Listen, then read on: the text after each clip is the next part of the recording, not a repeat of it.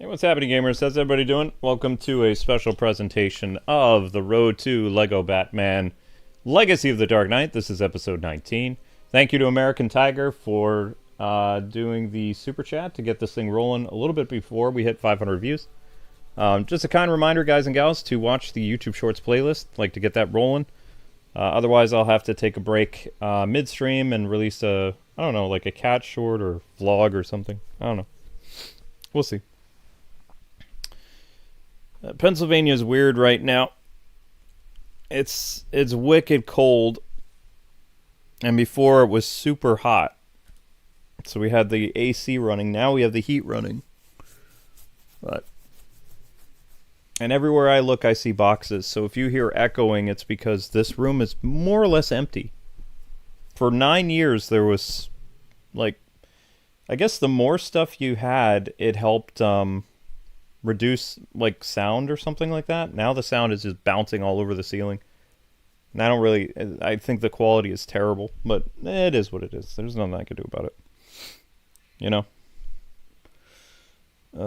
Part of me is going to miss this place, but this place also had a lot of problems. But, you know, it was my home for like 9 years.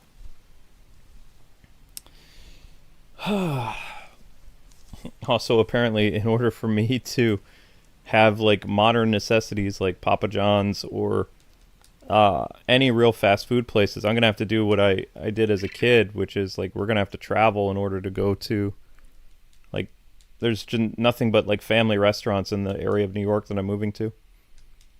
Like all the big chains and stuff, they're all at least like 45-50 miles away on either side.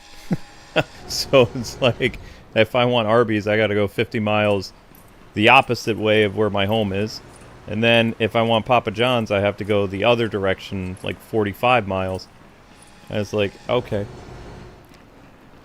But I mean, that's what we had to do when I was a kid. When I was a kid, if you go to a pizza place, you would call the pizza place on the way there, like Pizza Hut or Domino's or whatever, and be like, yeah, I'd like to order a pizza.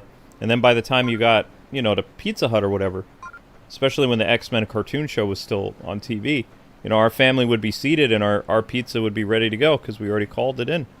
And then they would bring the pizza, we sit down, and boom.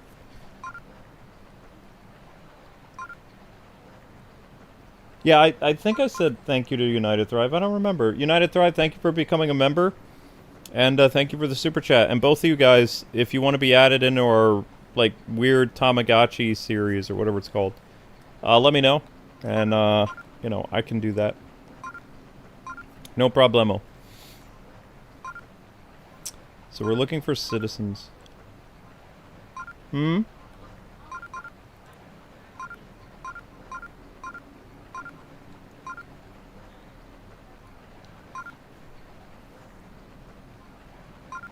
Your new phone makes it hard to chat? Weird. Oh. Oh, they probably want you to type sideways, honey. Yeah.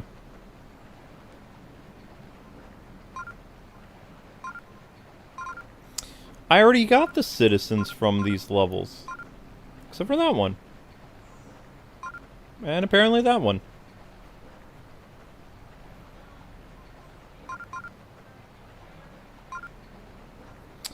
I don't know whose ultimate is tomorrow. There's no way of me knowing whose ultimate is tomorrow. I know Spider Keith is tonight after Batman. We still have to check. It could be Carlos, it could be Droggle. I don't remember.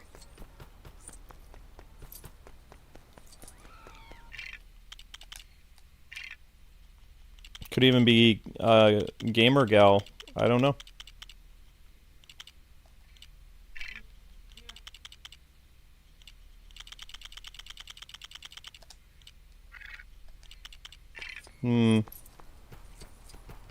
So we pretty much got all the civilians that were in the levels then. So then where are all these other guys hiding? There's still 5 more of them.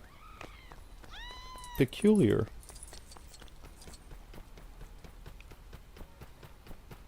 Hmm. I guess we'll figure it out. I don't know. Come, Robin. Let's go with girl power tonight. Barbara and Huntress.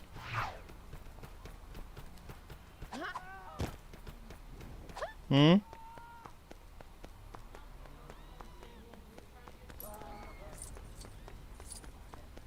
Yeah, we're gonna add, like, you know, some members and stuff like that. It's just like, we're moving, we need as many super chats and members as possible. Like, people to...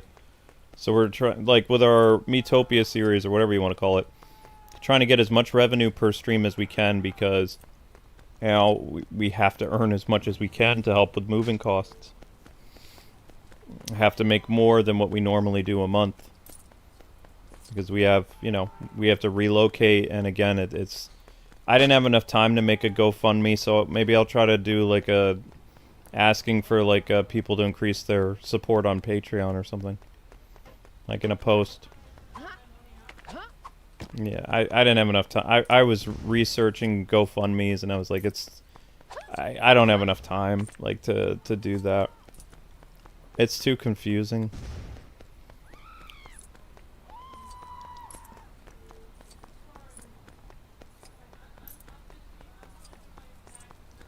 Okay, honey.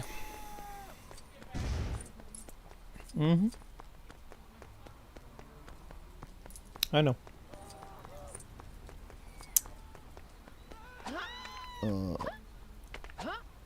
I'm okay.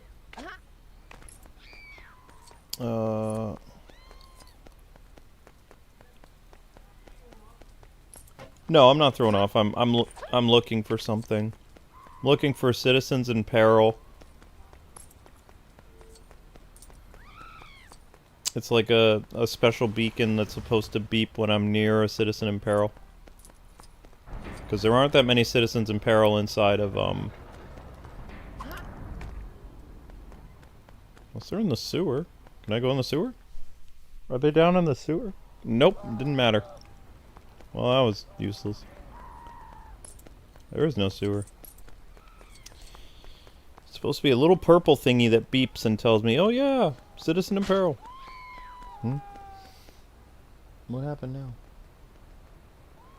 Oh. Thank you, American Tiger. Appreciate that.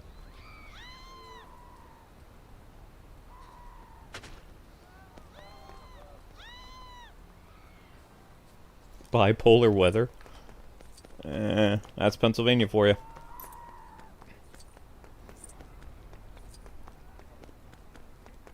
Yep. We have abundance of sky, bridges, potholes, abandoned factories.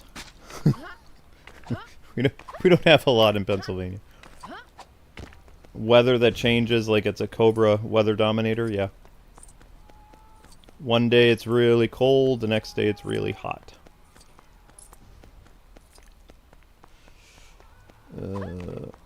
I'm looking forward to going to New York again, because we'll actually have seasons. This part of Pennsylvania felt like we were living in Seattle, because it rains a lot.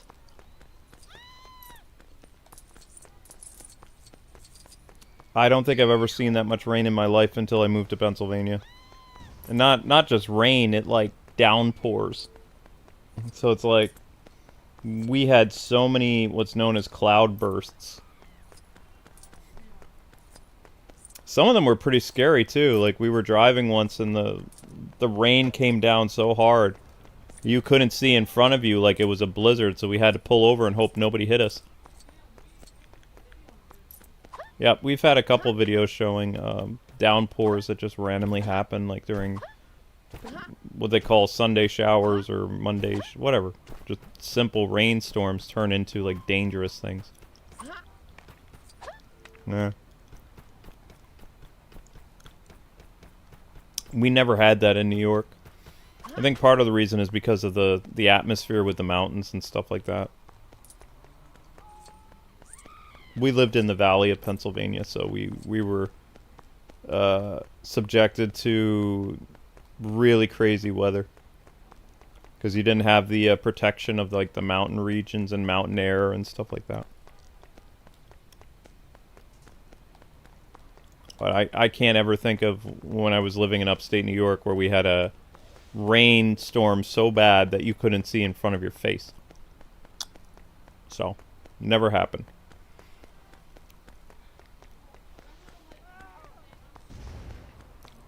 You're not interrupting. I told you I'm looking for something. It's like a GPS that's a little purple marker that shows me where stuff is. If I can't find it, I'll just like go get some gold bricks or something. Not a big deal. How many gold bricks do I have left? A lot. A lot of gold bricks left. And most of them are on top of buildings anyway. Go figure.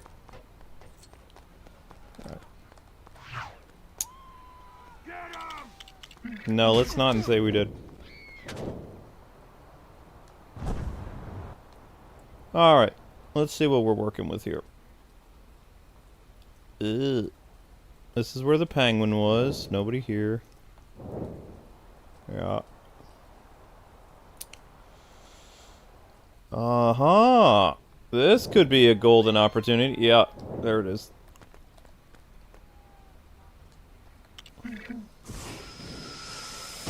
Ta-da.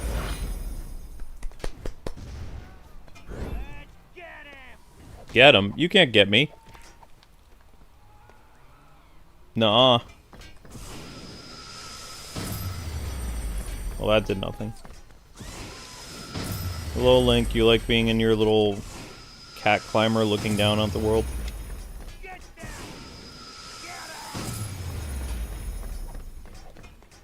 I know. Love you too. Da da da da. Green Lantern. Da da da da da da da da. Lantern flies, but he's not Superman. Oh, that's right. The races. That's how. Oh, you have to buy these things. Yo. I ain't doing that. Too rich for my blood. Bye. Superhero landing. So, I've been told that our Tomodachi thing is one of the most wholesome ways of playing the game. And that kind of makes me sad to hear that. Apparently a bunch of people have been watching other YouTubers' Tomodachi things, and they're doing exactly what Nintendo was concerned about all those years ago with all those people saying, oh, how dare you not do this, that, and the other. Well, they added it now, and now Nintendo's like, what have we done? Yeah, because that's exactly what they're doing. They're doing a lot of perverted, gross stuff. Which, this is why you don't give the mouse the whole cheese. Because they're always going to want more and more and more and more. And sometimes you have to take the opinion of the majority and just run with that. Because if you listen to all the freaks and weirdos, well, it's not really going to help sales very much. And also, if you're trying to maintain any type of positive image with families and other things, yeah, that's going to go bye-bye.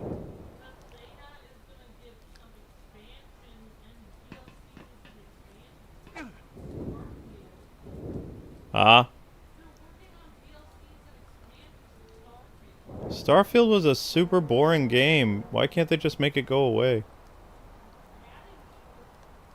Adding to what? Nothing?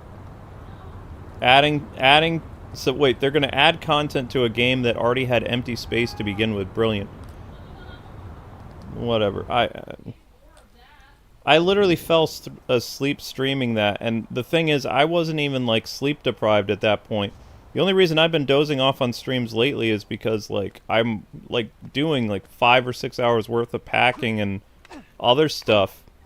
Very stressful things, and by the time I sit down and relax and stream, you know, I just fall asleep. But literally, I had so many hours of sleep when that game came out, and I still fell asleep. Like, that game bored me to tears.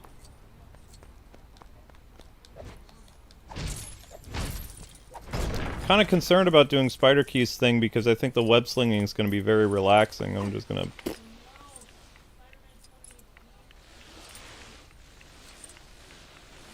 Yeah, Spider-Man 2018. But I mean, I think I'm at a part now where the story is going to take the priority. I think Petey has to go to Mary Jane's house, and they're going to have like a little banter. Wow. I'll be fine.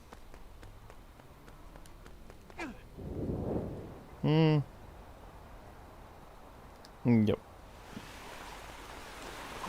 So we're going to just use Aquaman to do this. You put a what? Okay.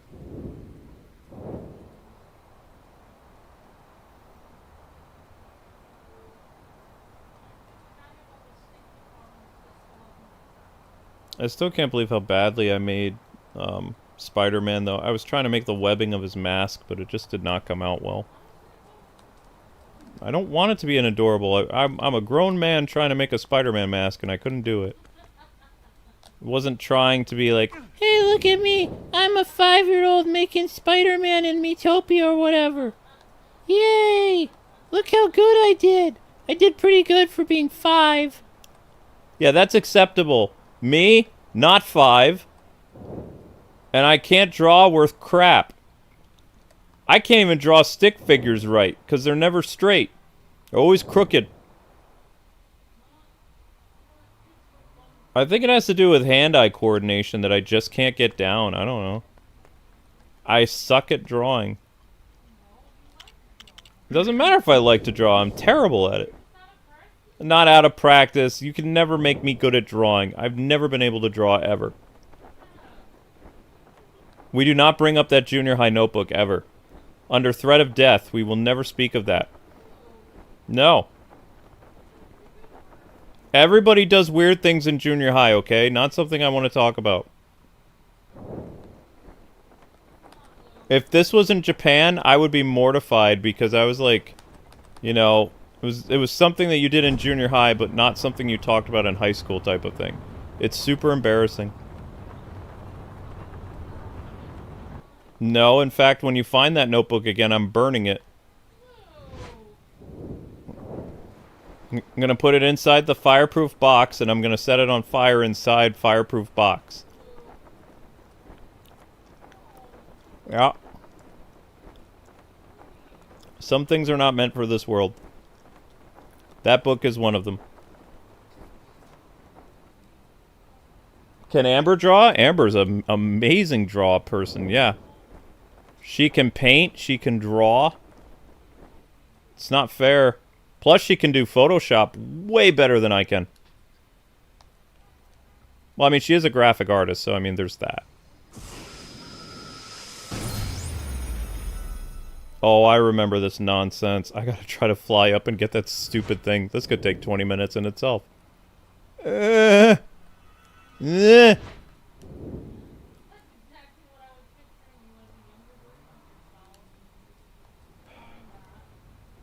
Yeah, it's definitely a younger version of herself.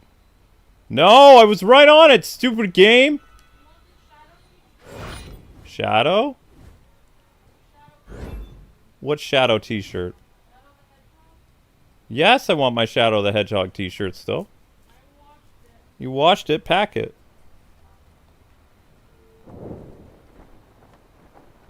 And then you put on the box clothes.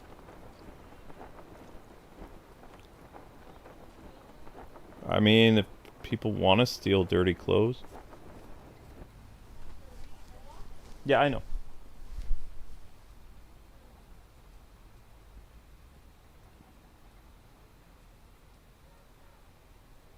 No, my drawing sucks. What is the book?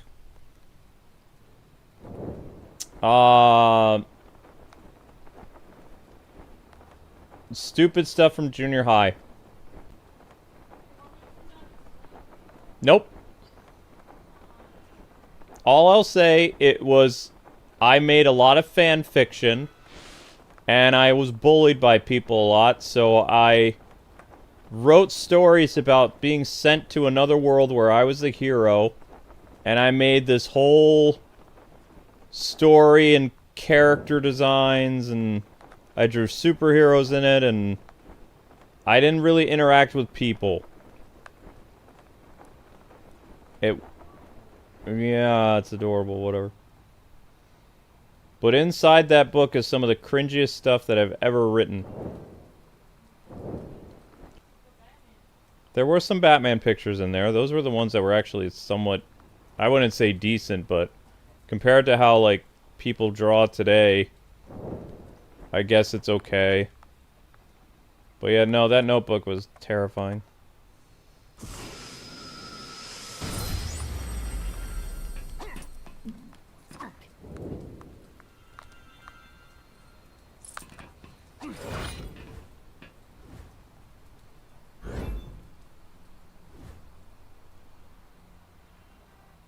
Have I seen what you look like in real life? Probably. I've seen what a lot of my viewers look like, but I don't remember faces very well.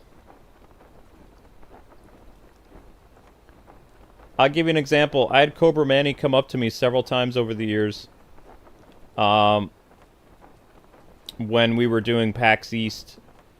And I would keep forgetting what he looked like.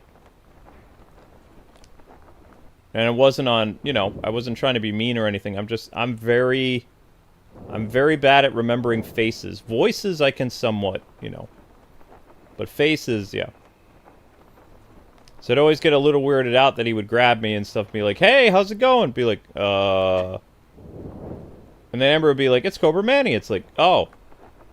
If Amber wasn't there, I don't know. Probably flip him and be like, what are you doing?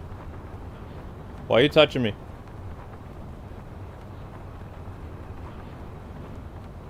Amber has an amazing memory. She can, like, remember people's faces and names, and I can't. Probably because of my head trauma. I don't know. Probably. It might be related to it. How should I know, though? I don't know.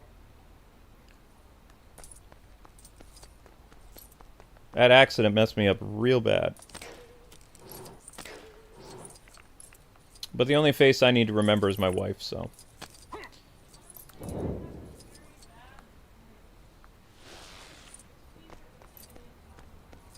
Okay, so then you should have a trash bag upstairs that's for tossing things out. Oh.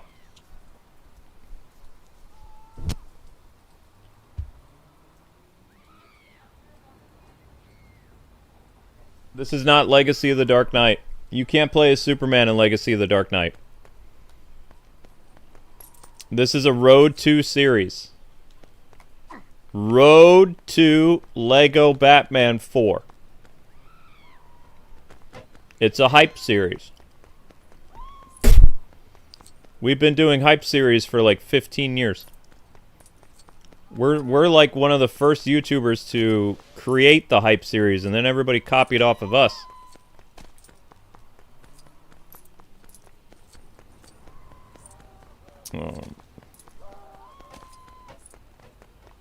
But because we're shadow banned, it doesn't matter because nobody can find us, really. We get a couple scragglers here and there, but... we actually kickstarted most of the Let's Play stuff on this platform. And we never get the credit, either. Frustrating. Credit and a hug? Eh. But no, you can't play Superman in the new game. No Superman. And since we're playing as Superman right now, yeah. Now I am playing on Steam Deck, so Lego Batman 2 looks like it's been upscaled quite a bit, but no, the new Lego game is going to look way better than this. Way, way, way, way, way better. And it's much bigger, too.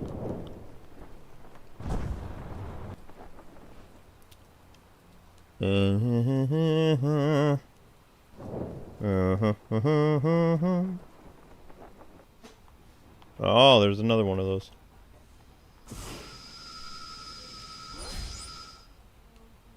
Good job, Amber.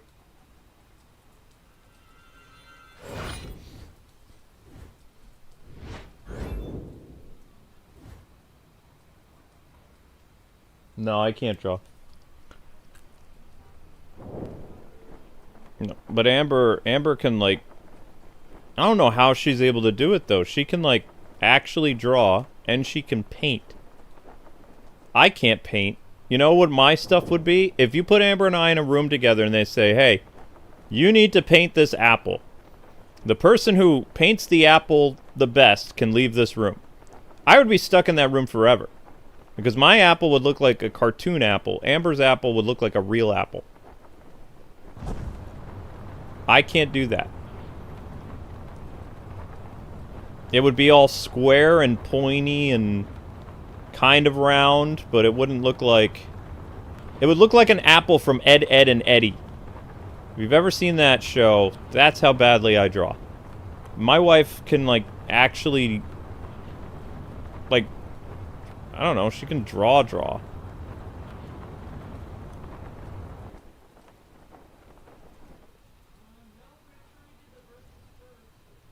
We were the first ones to do Versus series on YouTube. Everybody copied us. Check the dates.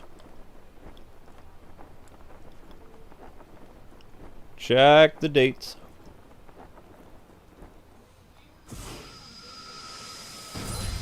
We started doing Versus videos, boy versus girl, in 2010. We were the first male and female Let's Play co-hosts. We are the OGs, the originators of that brand of gameplay. Casual girlfriend, pro whatever, or like hardcore boyfriend. Like, you know, we had thousands of copycats. So many copycats.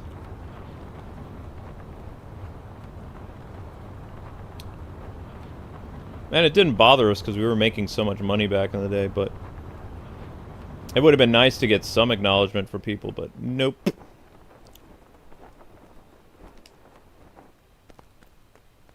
It is what it is. But we charted that trail. Or blazed that trail is the correct term.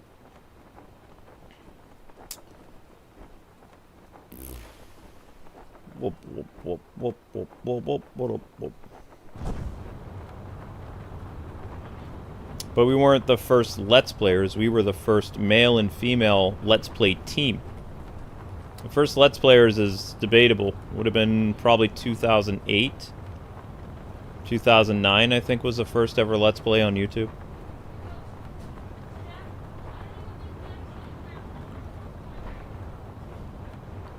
I think Jacksepticeye came after.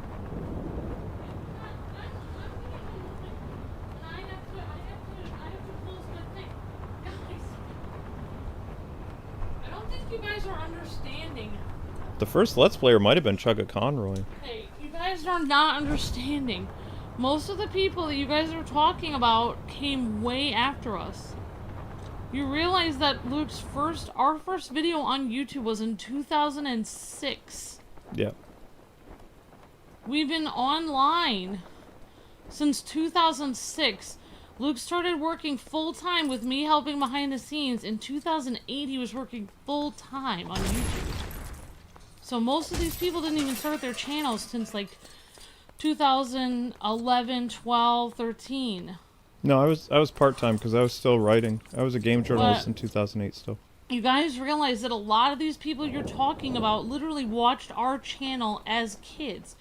So we wouldn't have run into them because they were watching us when they were children. And then they decided to make their YouTube channel based off of us. There was nobody here when we started. We were one of the first YouTube channels. We were one of the first Let's Play channels. There was a person that named their channel Let's Play.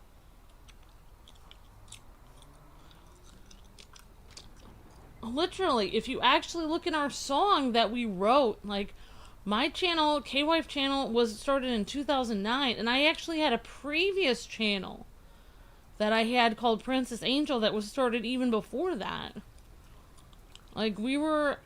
Yeah, so Jacksepticeye's original channel started February 24th, 2007. We started our channel, like, May of 2006. Yeah, we've been online since before. He became a Let's Player in 2012. Our first Let's Play as a couple was 2010. The only people that we had to base our Let's Plays off of when we started, the only people that I even remember being on here was the Angry Video Game Nerd. He wasn't doing Let's Plays, though. He wasn't doing I'm talking about gaming people. Oh, gaming people. There was the game not G4, but what's that gaming that you base the game nights off of? GamePro TV? GamePro TV. And there was the Angry Video Game Nerd. And then a little bit later before, and correct me if I'm wrong, but I feel like the Irate Gamer came after you. Irate Gamer He was a little at the same time as you. Didn't you work with him? I did work with Chris, unfortunately. Yes. So the Irate Gamer and Luke were on the same time. Like, a lot of these Let's Players were, like, much after us. And also, you have to remember that we were already doing Gaming with the Kwings during the time that you guys were naming a lot of these Let's Players. We just weren't doing Let's Plays full time. Nope. We were always doing Gaming with the Kwings as a side project. We were doing it like once a week or once a month while the rest of the reviews were going on. Our first Let's Play was October of 2010. So was like, our first one. Yeah. But we also, just because that was October 2010, we also had other ones that we did where we would just do a one-off. We had Zach videos and Wiki and all kinds of stuff. Well, that was scripted that was a content. review, but yeah. I thought we did other things where we just played like one episode of something. Nope, that was part of the Gaming with the Kwings. That was after. Oh. The very first Let's Play that we did was Batman Brave and the Bold. Like, most of the people that you guys know watched us as kids. Yeah. Most of the, like, every time you guys mention a popular Let's Player, a lot of them were inspired by us and watched us as they were kids. Yep. We're way older than most Let's Players, so they watched us, and then they made a Let's Play series based off of us. So we wouldn't have run into them because they would have been 2 years old while they were watching us. It wouldn't have... And we're not, again, we're not saying that we started the Let's Play thing. We started the Let's Play thing with two hosts, like male and female.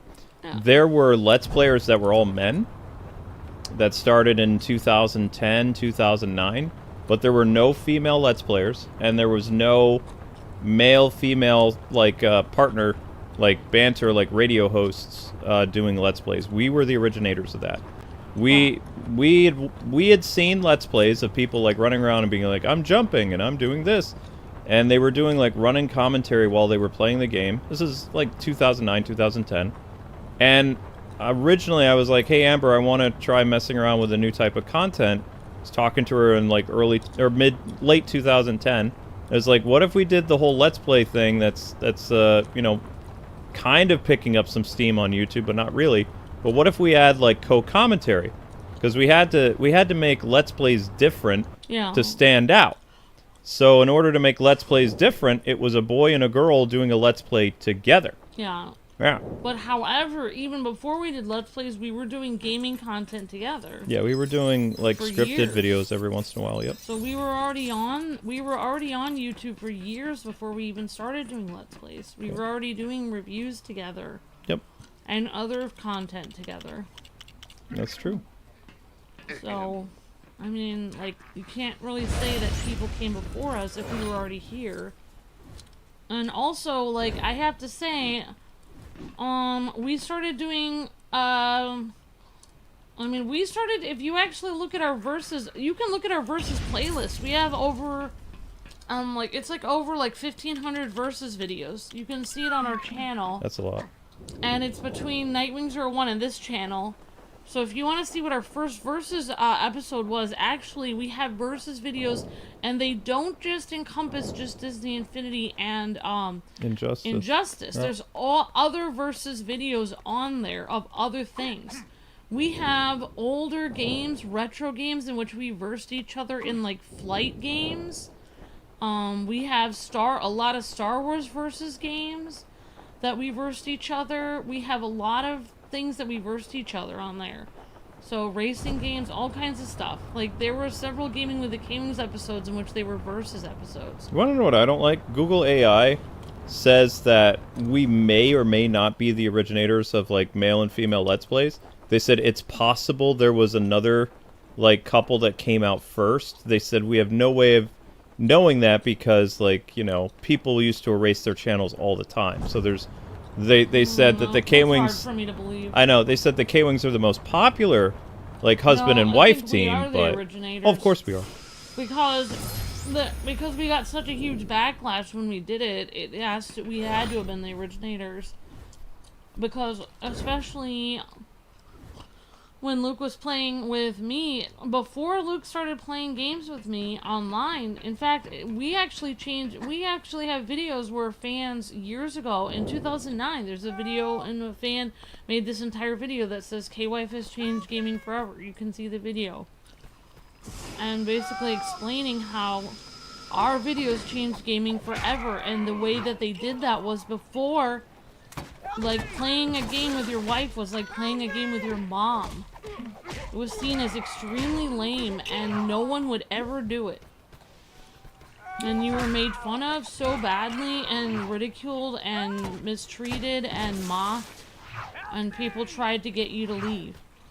And all my comments, like, when people said, like, get in the kitchen and stuff, like, as a joke, it wasn't a joke. Like, they wanted me to leave. In fact, all of those horrible comments from older videos in which I'm on the video, people are just screaming at me to leave the video, and then I'm ruining it by being a girl on the video. And then I'm ruining the video by existing. Mm-hmm. And now, today, people do videos with their girlfriend or wives all the time, and people never ever say thank you to me for having to endure 15 years of horrible comments. They don't care of all the trauma that I went through and even that Luke went through, because they screamed at Luke and said that he needed a more of an, you know, e-girl type girl who looked like us. Oh, you almost slipped. Wow, Amber's getting heated there. They wanted a girl that looked more hussy-like. Well, okay, there to you be a co-host with like colored hair and stuff, and they didn't want Luke's wife on there. They wanted a girl that looked like she was more, you know, ready for anything, loose, whatever word I can say. But they wanted that kind of girl, flirtatious, bad words I can't say, etc. They wanted that kind of girl to be the co-host, and you know, Luke said no. Like, I started this channel with my wife, so I'm not doing that. Yep. So, like, even today, like, most husband and wife couples should thank us, because before we did it, nobody else had done it, and we had to endure tons of hate comments and tons of ridicule. So it's just hilarious that people today who are, you know, hacking our channel on a constant basis. Wait, are they tonight? No. Well, not. But I'm just saying, like, they think that we've never been ridiculed before. We've been ridiculed our whole time on here. We're always, like, you know, like, I think it was, I don't know if it was Einstein or somebody else, but they said, like, there was some genius that said basically, like, if you're one step ahead of the crowd, you're considered a genius. If you're 2 steps ahead of the crowd, you're considered crazy. So, like, people get very angry, like, if you're 2 steps ahead of everybody else. And they hate you because they can't understand what you're doing. And they just really wanted Luke to stop doing the videos with his wife because it was so foreign and so weird. And he was the only one doing it, and we were the only ones doing it. So, you know, for people to actually... That would be hilarious if there... I would like to know if there was somebody else doing it, because I wasn't made aware of that, because we were ridiculed for being the only ones for over a decade. So that's hilarious. I don't know. Our copycats came out like after 3 or 4 years. Like, well, it wasn't a decade. The Let's Plays peaked like around 2014. Yeah, but it's just kind of insulting to be but it wasn't just husband and wife though. Like, we were one of the first, like, not only were we husband and wife though, we were best friends playing the game together and laughing and doing humor and stuff. So a lot of people copied that aspect of it. They try to have fun and do humor and do commentary. So I honestly, the people that they're thinking of, I'm not going to say it out loud. I'm not an idiot anymore. I'm not going to say big YouTubers' names out loud because I know those people will come back here on the video and start something with me and try to make drama and try to take my subscribers. So I'm not going to name, if you guys name big YouTubers, I can't say their names out loud because they'll come here and they'll try to start something with me and try to take our subscribers. So I can't say their names out loud. I'm not falling into that trap. If Luke mutes the microphone, I can tell him what YouTubers were named, but I'm 90% sure the YouTubers that you guys were talking about came after us. I already showed that one of them came after. No, I'm talking about the big ones that the person talked about. I don't think anyone had a Versus series before us. And the only Versus series that I think may have been before us was Screw Attack, but they did a different Versus series, which was video. No. Nope, 2012. That was not, but we had one before them. We had Versus videos before that, yes we did. No, we did not. 2012 was not the first Versus series. We had it way before them. You'd have to go through all the gaming with the Kwing videos on the 01 channel. So AI is incorrect on that.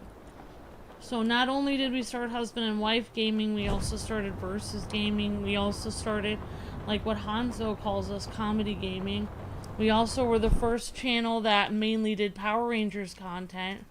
We're one of the few channels that focused on Batman content. We were one of the top. We were the top. We weren't one of the top. We were the top channel for Disney Infinity content for years. There was nobody that was above us. They changed it.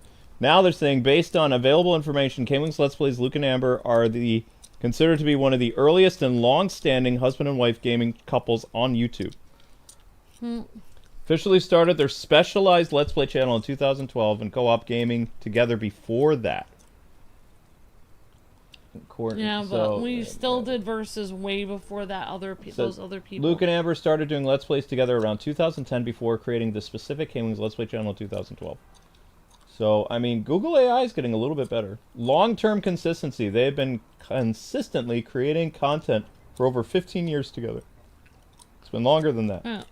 Honestly, I would not be surprised if those big YouTubers you're talking about, I would not be surprised if they watched us and copied us, because one of the members of their group knew Luke personally as a friend and consistently asked Whoa, he was never a friend. Knew Luke consistently as a work colleague and consistently emailed him and asked him for advice on his channel and his gaming content, which Luke freely gave.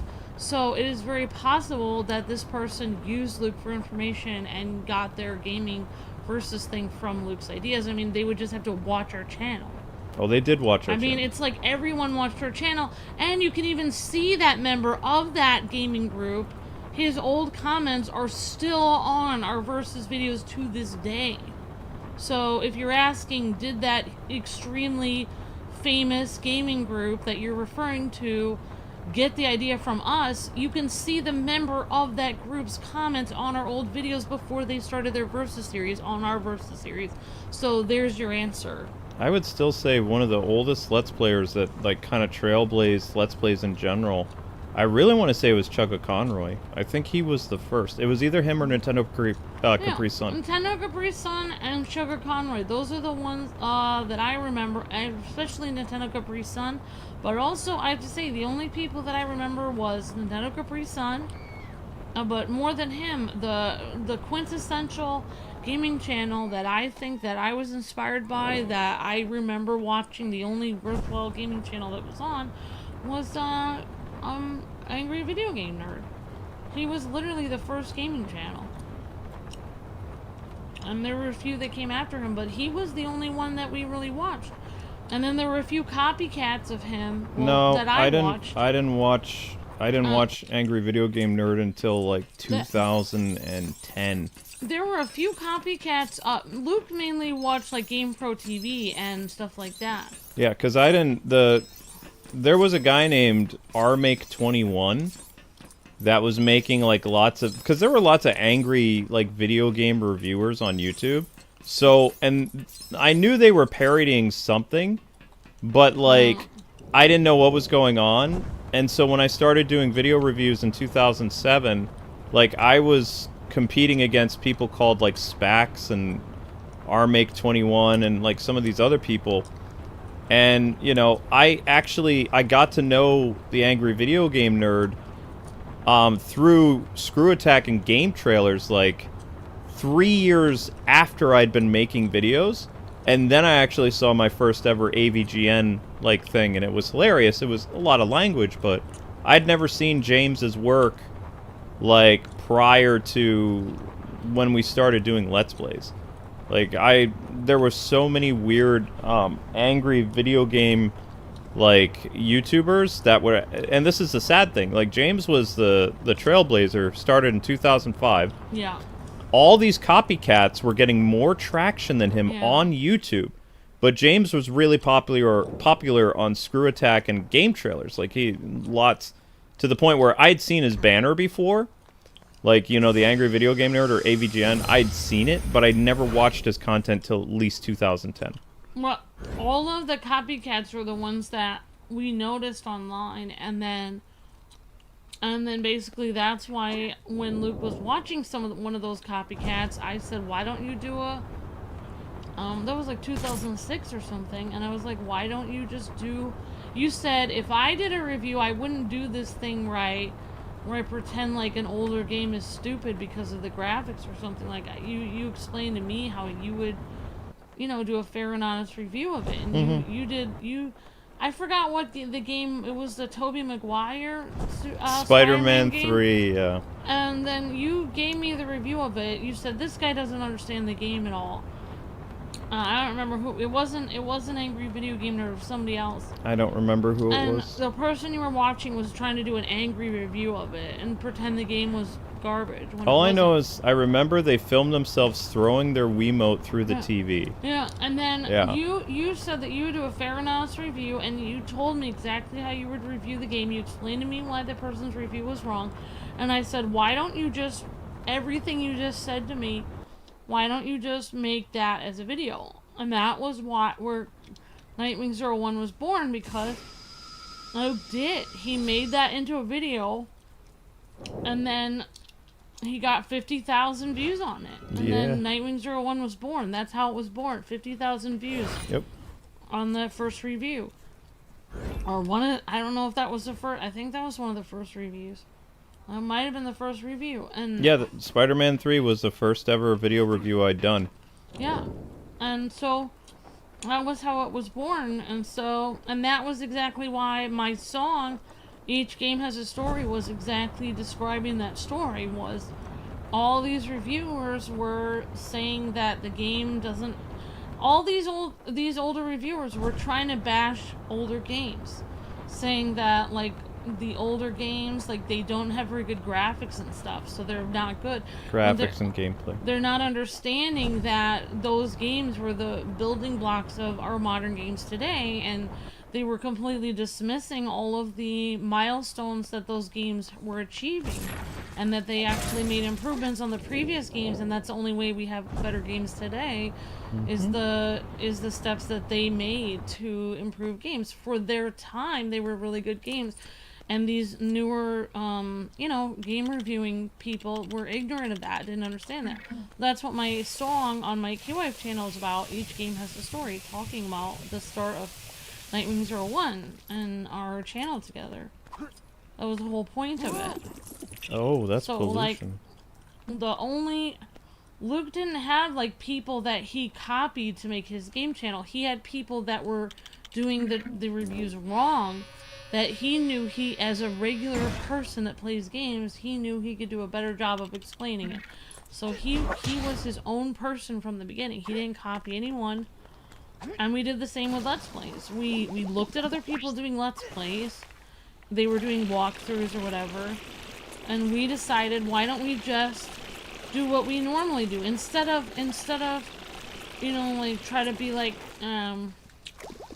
you know, other Let's Players, why don't we do it our way? Like, they're doing their version of Let's Plays, why don't we do it our way? Where we just do our own brand of humor, rated G with cheese. Why don't we just hang out on the couch like we normally do? Like, just how we just talk normally. Mm-hmm. Yep. That's what we did. So we didn't copy anyone for our Let's Plays, and Luke didn't copy anyone for his reviews. We didn't have anyone to copy. There was basically nobody here. There were a few people, but we didn't copy their style. No, I couldn't because I watched their videos and all they would do, like, their style was to get angry, swear a lot, make up weird swear words. And then later I realized that when they're making up and stringing together swear words, they were doing a parody of James. But I had no idea. I was like, why are these people just, like, cussing all the time? Like, every word that they're saying is a cuss word. It's like, okay. Yeah, but at least James is, like, a decent person off camera. Yeah, that's something a lot of those, like, copycats could have benefited like, for from. him, it was just a parody. It was just a fun thing. No, it was a character he made. No, it was just a character, whereas other people, they just became angry and were crazy. I think they really thought, because the internet was really edgy when it first started, I think they honestly thought that James was like that in real life. Yeah, and he's definitely not. No. In fact, when we finally met him, it was really nice because he was one of the nicest people we've ever met. Yeah, I didn't even know, like, that was James until, like, he was wearing a baseball hat when we met him, and he was just, like, acting like one of the guys over at Screenwave or wherever that was in Pennsylvania. He and Mike, they were just kind of hanging out, sitting on a couch and, you know, drinking a beer or whatever. I honestly wish we had gotten to know them better. I know. It's actually funny. Amber and I live, like, right now, probably about, like, an hour and 35 minutes from James's house. Like, we're not that far away from his company. We did work for his company a little bit. I just think that we don't work as Pennsylvanian YouTubers. No. I think you are more of a New Yorker, and I'm more of, like, I don't know what I am, but I just don't think like, I think our personalities do better when we're in the East Coast. I don't know what it is. So you're saying Pennsylvania didn't feel like the East Coast to you? No, it's not the East Coast. That's why I liked it. Yeah. Well, a lot of Pennsylvanians get insulted if you say it's the East Coast. Cause... Oh, I'm not a Pennsylvania. I'm from Illinois. I know. Oh, I think you had a super chat, Luke. Oh, okay. I'll check it. A super chat. When you guys were the first ones to play Arkham Asylum on YouTube, were you guys the first ones to play Arkham Asylum with commentary? That's actually... Possibly. It was possible. But we were a lot of firsts. Like, we were a lot of firsts because, like, even people who have their best friends playing games together, really, Luke is my best friend, so we kind of started best friends playing, except for the ones, you know, there was lots of people that were, I think the people who originally had the first channel called Let's Play, they were probably best friends. This is what Google AI says about us. Yes, KwingsLetsPlays is a popular, high-quality choice. I love that. People say we're low quality. AI considers us high quality. I like AI. I love our AI overlords. KwingsLetsPlays is a popular, high-quality choice for full commentary walkthrough of Batman games. This series, Arkham City, is known for being a comprehensive playthrough that covers the main story and often highlights secrets and DLC. Full story coverage, the detailed walkthroughs, including boss fights, like the Bane and Joker, comprehensive commentary. The video features consistent commentary, exploring the game's story, mechanics, and more. Riddler content, included walkthroughs, finding the Riddler trophies, blah, blah, blah, blah, blah, blah, blah. Yeah, like, but anyway, case in point, it's like, there's no way we could run into half of the YouTubers that are popular today. We couldn't have run into them when our channel was booming because they didn't exist. They weren't around. Their channels weren't even around until 2012. We were on YouTube in 2006. So literally, like, years before they existed, we were on YouTube. There's no way we would have run into them.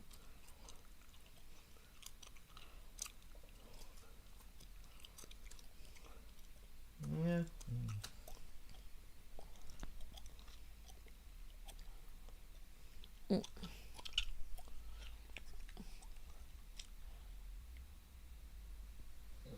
Let's try to do nightly one.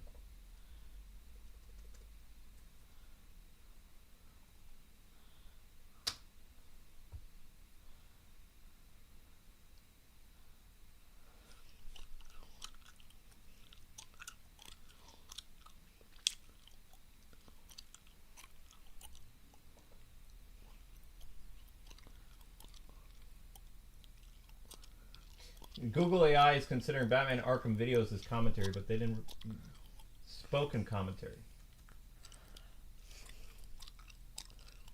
And also, they call me Nightwing. They don't call me Nightwing 01. So, yeah, I think they're wrong. Maybe K.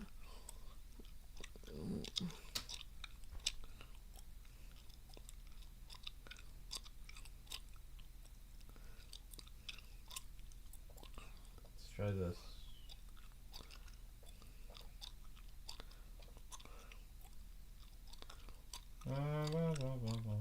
I like Ask because basically it's like a catalog of history.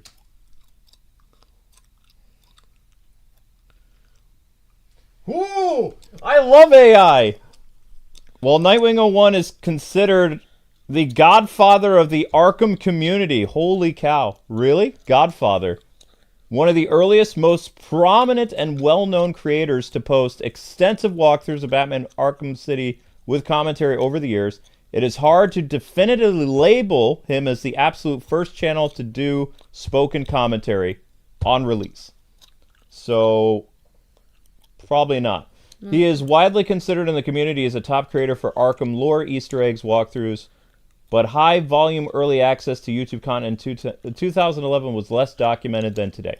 So they can't. Google AI can't. But they said Godfather. I've heard grandfather. I've never heard the godfather of the Arkham community. AI, if you were real, I would bake you a cake. Godfather of the Arkham community. I like it. But you guys have to realize, by 2014, we were already like having.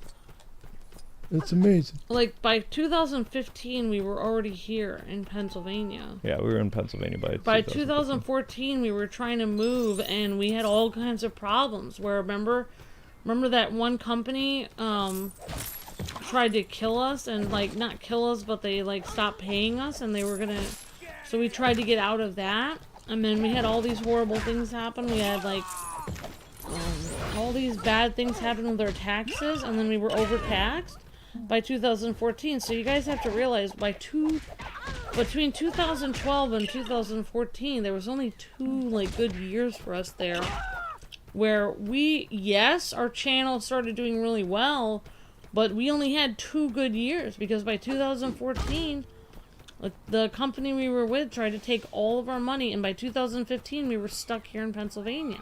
So while all these other YouTubers were blowing up, we were on our way down because of all of the horrible stuff with taxes and the company we were with.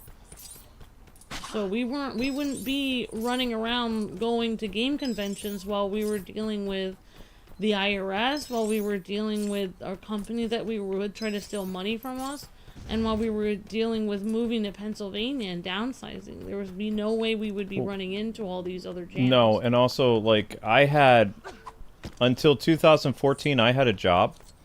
So, if my boss in California called up and said, hey, I need someone to go to New York City to go to this Namco event or Warner Brothers event or whatever, since Amber and I lived in the East Coast, we became the liaison or the reporter on the field for, those Californian publications. So we didn't get to go and socialize with a lot of YouTubers because I had game journalist jobs to do. We weren't like other YouTubers. Luke was working for a game publication. 2 of several. them. Yep. So, and I was the camera lady. So, we weren't like other YouTubers that were just like... Most YouTubers had a Patreon and had... we weren't even for most of our career. From 2006 until like 2020. We never accepted any donations from anyone. We didn't have any help going to any game conventions. We worked our tails off to get there. We had to work for other game publications. We had to run around till our feet were sore. No, I think it was like 2018 is when we started accepting super chats. It was still a long time. That's like almost 13 years of us just being on our own. Yeah. Like people offered us literally thousands of dollars in donations. We had a lady who was going to do our entire marketing campaign from like LA. Yeah. We didn't want any help because we were trying to do it on our own. We even had Disney offer us, apparently now, I realize Disney offered us hundreds of thousands of dollars. Yep. That I didn't realize was a thing, because I told Luke no matter how much they offered us, I don't want it. Well, So, we had just got out of that messy thing with Maker Studios. So we had people offer us lots of money, and we didn't want to. We wanted to keep our channel on our own. So we didn't have any help for anything. We just worked ourselves ragged at these game conventions, and even people that tried to come meet us at these game conventions, fans, they would be like, "Oh, I tried to meet you. I was there the whole time. I never saw you." And we said, "Well, we're here for 5 minutes. We'd be at a table for 5 minutes. I can wait for 5 minutes." We'd wait. Nobody came to sign anything, so then we just left and we kept doing our job because you need to explain that a little bit. We didn't have any time. We had to work. We didn't have any time because we weren't there on our ticket. Like. Yeah. We only went to one convention under our own manpower. And that was a big deal for us because that's when I quit, like, being a game journalist, is because, like, we were actually recognized by PAX East and E3 under the Kwing Reviews banner, and no longer, you know, did we have to work with Got Game or Game Zone or whoever anymore. We were under our own manpower, and that was a big thing for us. And then, of course, everything fell apart after that, but, you know, I was finally able to retire as a game journalist and be like, I'm actually a recognized member of the U.S. press, like my own company. And it was a huge deal for us because we no longer had to answer to the Californian people anymore, and we could go at our own pace. We had our first ever, like, signing, and because we didn't have time to do signings. Yeah, but, like, for us, like, we couldn't, like, go hang out at YouTube parties and stuff because we didn't have time. Because when we went to a game convention, we were up all night researching all of the games and all the developers and all the companies that were going to be there and researching questions to ask them the next day because we had a job to do. Yep. We had to interview them the next day because to actually go to a game convention on a ticket of being considered a game publication, which our channel had to be considered a game publication for us to go on our own ticket. Yep. To be considered a game publication, we had to interview, like, tons of people. Yeah, let me just put this in perspective for you guys, just so you can understand what it was like back in the day. So, if you went to, like, PAX or E3, you had a certain, like, quota or requirement that you had to do at those conventions. So, with PAX in particular, like, way back, like, 2011, 2012, you had to at least interview at the bare minimum 11 people. 11 like 11 like game developers was the bare minimum requirement over 3 days. And you had to do more because some of those interviews would inevitably not come out. Yeah. So in reality, Amber and I were like out of the 50 developers or more that were at PAX, we interviewed probably 30 of them, like over the course of 3 days. Mm-hmm. So, you know, we were on the show floor from like 8 in the morning until at least 6 o'clock at night every day. And then we would go home to our hotel and crash. And that was it. So we didn't have any time to socialize. And same thing when we were in New York City. When we were in New York City for Comic-Con and we were in New York City to do press events, we'd go to the press events, we'd work, go back to our hotel, maybe grab a slice of pizza on the way back. Yeah. And just, we would crash and we would, you know. We were there working. Yeah. Like, we did not go. Yeah, we didn't go to Comic-Con, like, just for fun. We were there with a company and we were under their ticket. So I had to literally go get coffee and bring it to the Power Rangers. Yep. Like, we were working. Like, we both had to set up the booth for Power Rangers stuff. And we had to do commentary about the new game, and we even had to help hype up the crowd for Austin St. John to come in there. Like, none of what we were doing was relaxing. Every single minute we were there, we were working. Well, that's because, like, Comic-Con that one year, Saban paid for us to go. So, you know, and then once we realized he didn't pay for us to be influencers, he paid for us to, you know, he wanted us to do an interview as influencers, but also he needed the manpower. So we ended up working at the booth, but we didn't get paid for it. Our pay was he paid our hotel and travel to the convention, but, like, yeah. So we didn't, like, there probably were some of your favorite YouTubers that we probably passed dozens of times, Oh, of course. but we didn't have time to sit around and talk to them because we were always working. Yep. So we weren't the same. Like, a lot of those YouTubers, either and you guys have to understand that Luke and I don't know if this is gonna, like, this is how I perceive it. So, a lot of YouTubers that I perceive that became famous, basically, either their parents paid for everything or they were rich. Because Luke and I did not grow up rich, neither one of us. Nope. So Luke and I always worked when all the other YouTubers were having their moms and dads pay for them to go to a convention when they were 19. Luke and I were not 19 years old. We were older than that. We were married and we did not have money to go there. We had to have, we had to be on the ticket of a company that was telling us to work to go there. So we were always working. We weren't being paid by our rich parents to go there. Yeah. So you guys have to realize, like, it is a miracle that Luke and I broke through into YouTube, because most YouTubers that we had to be around, and this is an exception because not everyone was like this. Well, actually, can I tell a story real quick?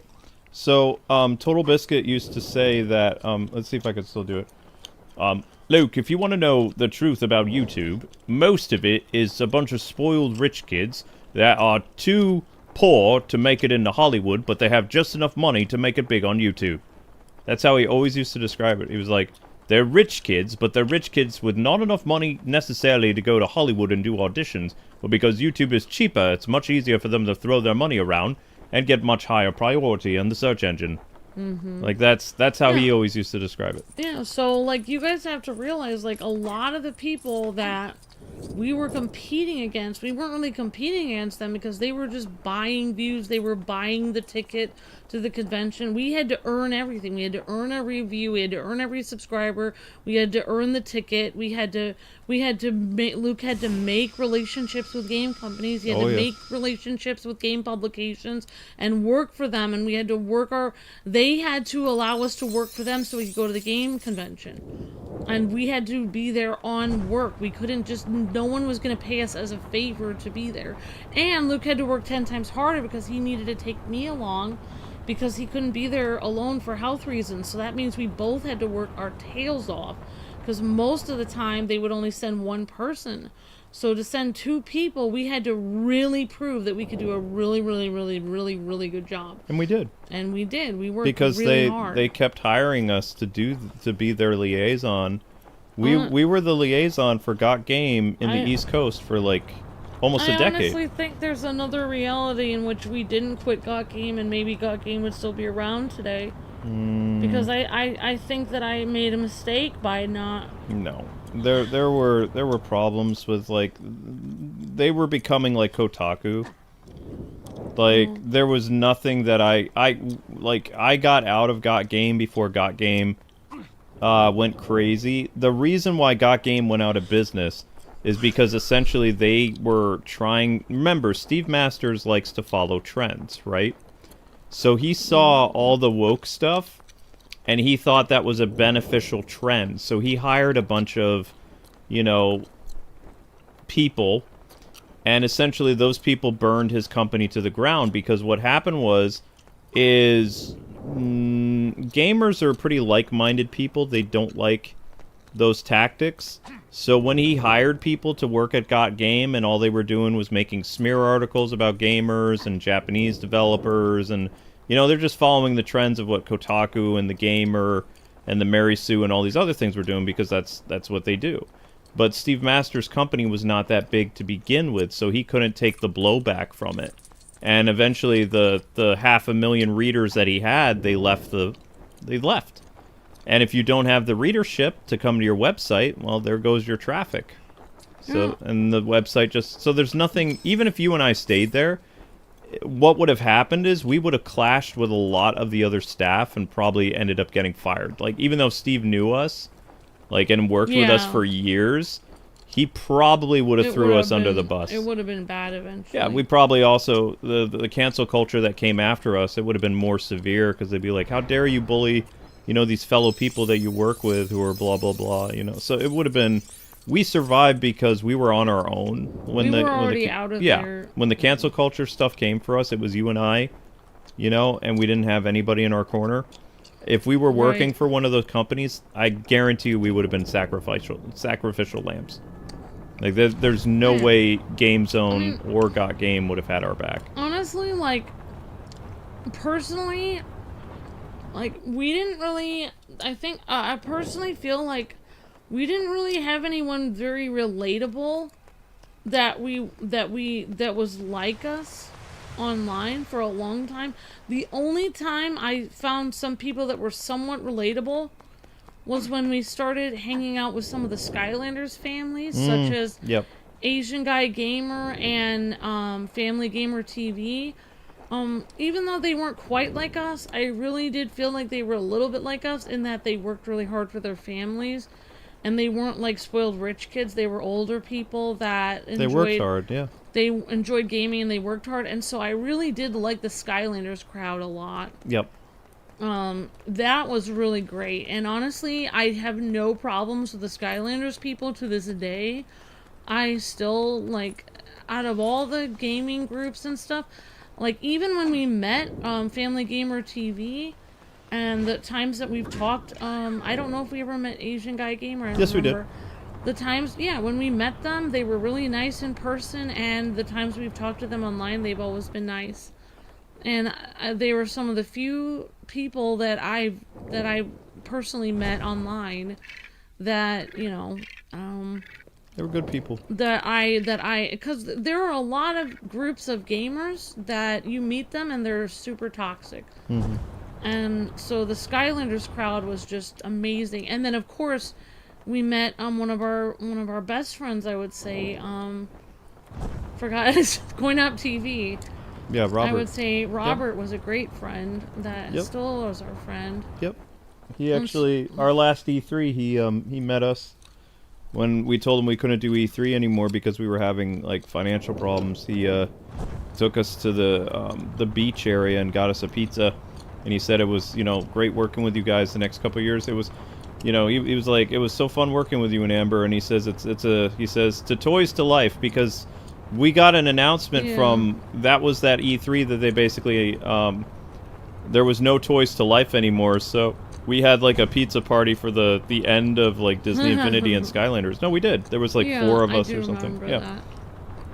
It's like a toasting thing. And that I honestly really like that crowd. But you know that for them, it wasn't like a husband and wife couple for them. It was them and their kids. So as their kids grew up, they couldn't really keep going with it the same way. No, they got hit pretty hard with COPPA too. Like the ones that like made videos with their kids, they got hit. Yeah, hard. and that's really what happened was COPPA came and destroyed a lot of our friends' channels. That they survived. I mean, he survived by doing like FGTV. He did a bunch of like rap stuff, so he had a rap channel. So he.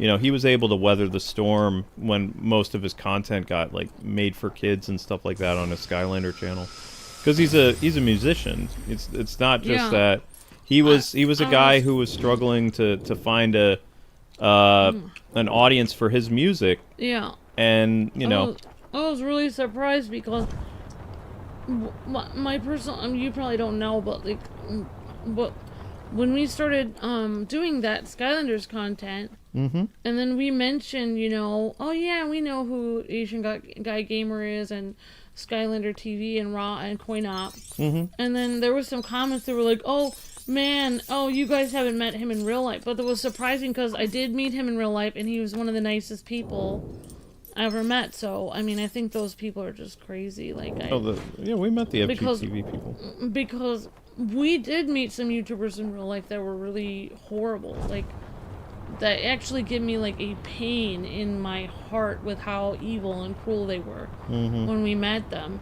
And I just was blown away when we met Family FGTV. He was so nice. Yep. When he was even nice to me. The Skylander crew.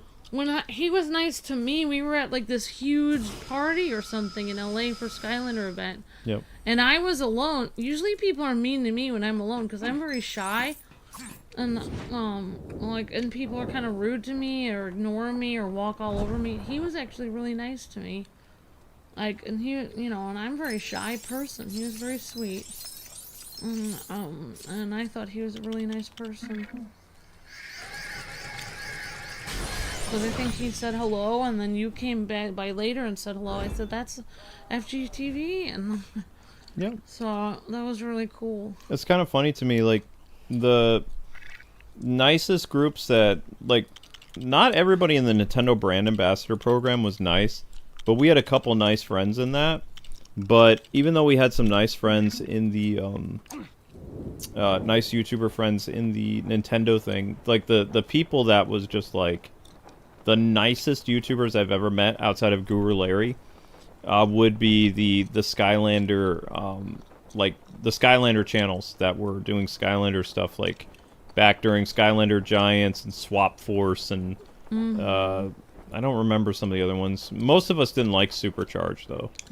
Supercharge was weird. I forgot all the names of all of them. Skylanders Giants, Skylanders Swap Force, Skylanders Supercharge, and then the last one was called Skylanders Imaginators. Yeah. And we all liked Imaginators, but the problem is they weren't selling toys because, you know, they made the Supercharge thing that did not work. And then they had one last hurrah with, I believe it was Imaginators, so this would be PS4.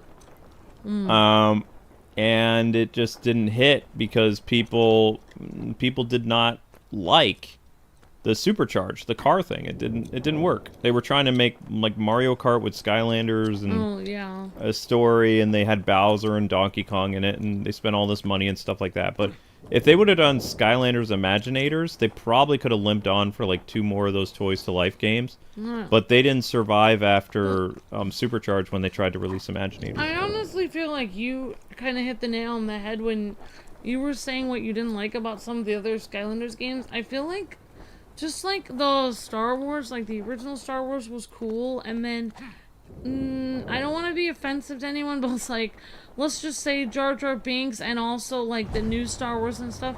Like a lot of like Star Wars that came after the original was increasingly more kid-like, geared more towards younger audiences, like especially with Jar Jar Binks and stuff. And I feel like the same happened with Star Wars. So it's like, or I mean, Skylanders. Like the first Skylanders was geared towards all ages. It was people who grew up with Spyro. Yep. And then after that, they made the characters ridiculously huge on the screen. They make the characters talk so slow. They over-explain everything. I don't think Giants was that bad. I did not like Swap Force. Swap Force was very kiddie. They increasingly made it geared towards younger and younger audiences, and I feel like that was the downfall of the franchise because... That's because they were chasing the toy aspect of the brand. It was just wrong because I think that's what made it so cool when we met Rob, was most of the Skylanders people that we met had kids, and we didn't have any kids. People were like, man, you guys are weird. Yep. And then we met Rob, and he didn't have any kids, and he loved Skylanders, and I think that's why I became so good friends with him. Yep.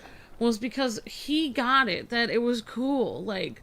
It was like, oh yeah, no, I like it. He's like, I don't have any kids. This is cool. I love these. He's like, I like swapping the Skylanders. I like collecting them. I like getting through the levels. You know, I like the voice acting. And it was like, yes! Like, you get it. It is fun. Like, see, Rob gets that. It's like finding someone who also who also likes comic books or something. It's like he got it. It was fun to play, even if you're an adult. Like, it was kind of fun to play, you know? That's what I really liked. I thought that was really cool about Rob, that he enjoyed it, even though he didn't have any kids to play it with. He still really enjoyed the game. Yep, he did. And Luke really played the game because, well, I mean, we love Activision, but also, I love dragons. That's one of the reasons I loved playing it. I liked it because, like, I would have rather Skylanders kept going. I wish Disney Infinity It did keep going. It kept going on mobile. I know, but, ugh. That's because they couldn't take the hit on console anymore, so mobile... In their defense, though, they were right. It was a good strategy because Mobile games had really started to take off by like 2012. Like they weren't a niche anymore. Like more and more people were doing mobile, which was like, you know, a very lucrative thing. And then what happened was Skylanders was such a recognized brand for consoles. And then when they had one hit mobile game. I don't remember what it was. It was one of the Skylanders games. It was somewhat of a hit on mobile. There was this like idea involved where everybody perceived Skylanders to be, you know, all about the toys, and they weren't selling the toys with the mobile game, like because everything was unlocked and gotcha pulls and things like that, and it got a bad reputation, even though there were so many games that were doing the gotcha thing. Right. Skylanders got a bad name when it moved to mobile. Because parents were upset that they couldn't buy the toys anymore and that they were spending... How was it their fault? Right. It didn't really make any sense because, again, gotcha, everyone was doing it. And then Skylanders jumped in the ring and they were doing decent. They were just doing what everyone else was doing. Right. But because parents were so used to buying the toys to play in the game, yeah, it just created a problem. And it didn't... Like, they weren't able to ride the wave that they could have. Because they were actually releasing... It was back during a time where there was very few quality mobile games. Yes, and it was a good game. Yeah, the Skylanders mobile game that released was good. It was quality. You asked me, you said, you can try it, and I did. I did play it for a little bit. Yeah. It was the only mobile game that was actually worth playing at the time. It had good graphics, it had good gameplay. It was actually a pretty solid thing, yeah. You could get little baby dragons and feed them and make new eggs and something like that. It was a high quality product. They did a great job with it, but they had a bad reputation after Imaginators. I think it was Imaginators. It was either after Supercharger or Imaginators. I don't remember. It was one of them. And it didn't work out for them. And then the Skylanders brand, it stayed in mobile a little bit, but it just was unrecognizable. Just not. Thanks again for that super chat, Alpha. I appreciate it. Yep, super chats help, guys. Thank you. Don K-Wing to the rescue, says American Tiger. It's because the AI called me the godfather of Arkham. Thank you, American Tiger. I still prefer grandfather because Godfather makes me sound like a I'm mob boss. some kind of mob boss, because the guy Arkham Videos beat me to the punch by 1 year. Like, he started making content a year after Arkham Asylum.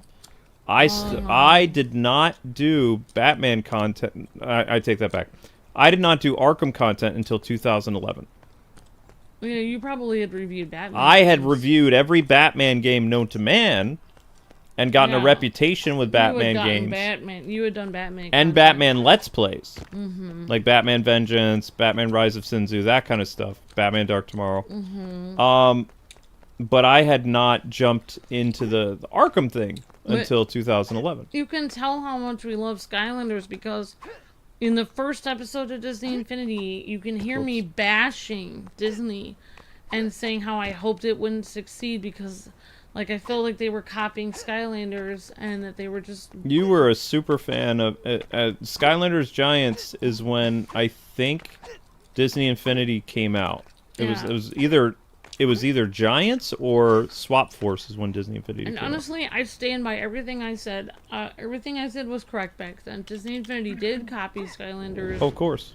They did hone in on their Toys to Life market. They stole the idea that Activision had. And then they ruined it. And then they ruined it by... They poured money into it and then they just left. So they pushed Activision out of the brand that they started. They did like a run on the bank situation, basically.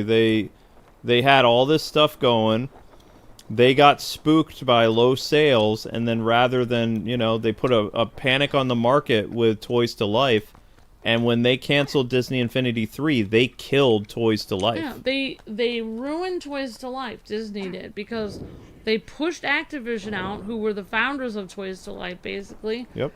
And then they ruined it for everyone, so they destroyed it. They came in and destroyed it. All because they made $1 billion less than what they had projected. They ruined... Because Toys to Life, I feel like, could have gone on for a lot longer.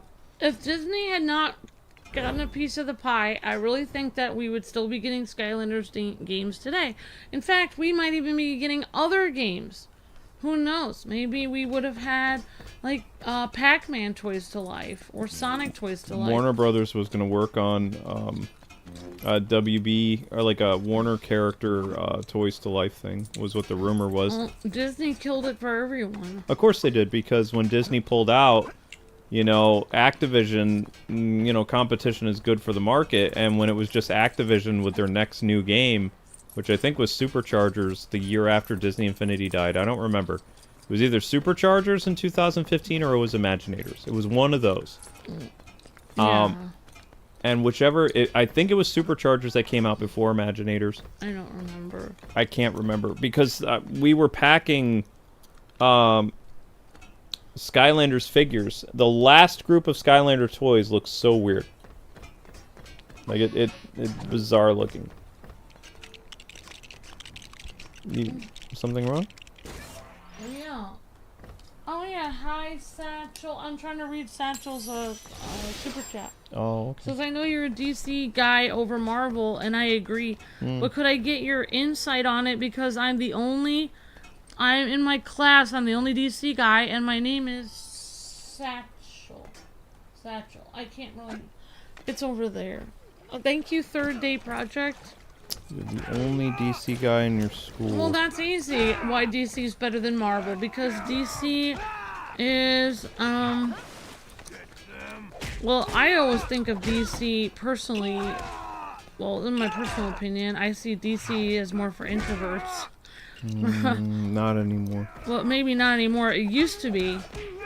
But I also see DC as, I mean, maybe Luke will say it, but I see DC as more, I feel like Marvel is more your personal problems, day-to-day problems, your friendly neighborhood Spider-Man.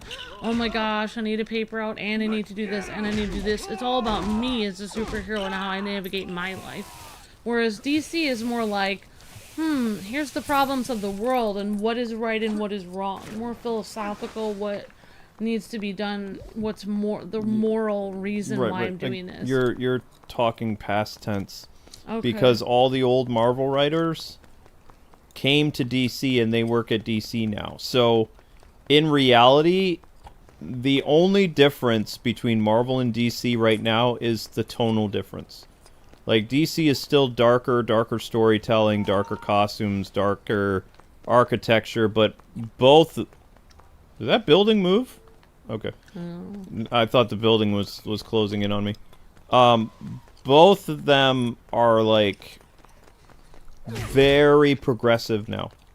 Like, the whole... DC even challenges their moral opinion about good versus evil with, like, weird social commentary. Like, if you pick up a DC book from 10 years ago, yes, there were stark contrasts between Marvel and DC. But in reality, most of the people working...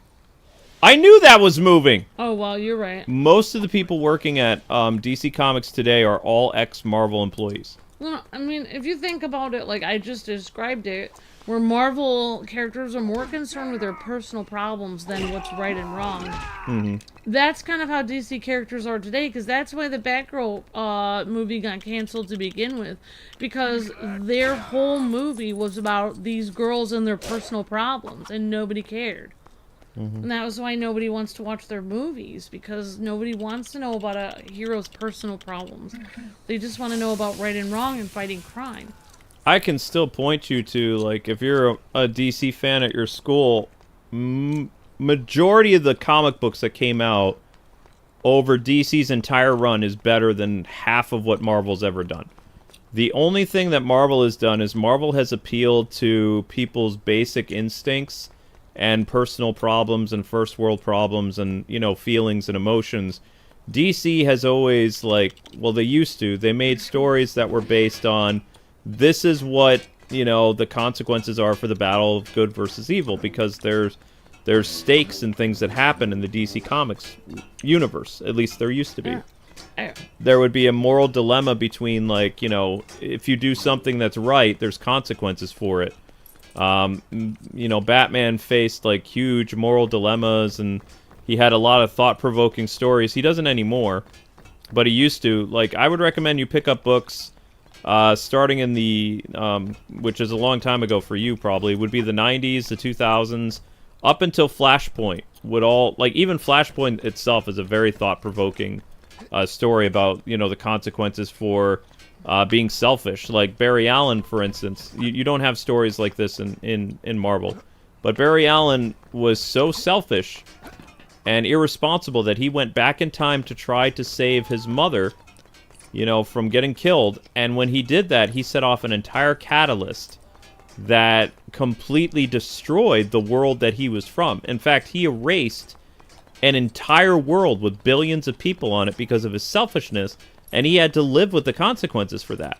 Like, no matter how fast he ran, what he did, he could never get back the world he destroyed, because when he went and he time traveled, he sent ripples through the time sphere that completely vaporized the world that he came from. Like, everybody, every story, every DC character you ever met was vaporized in an instant. Like, in a millisecond. They're all dead. Just gone. Ceased to exist. A new world was created that was completely different because Barry Allen saved his mom. His mom's death, apparently, in the whole time scheme of things, you know, was very important. Marvel had no stories like that.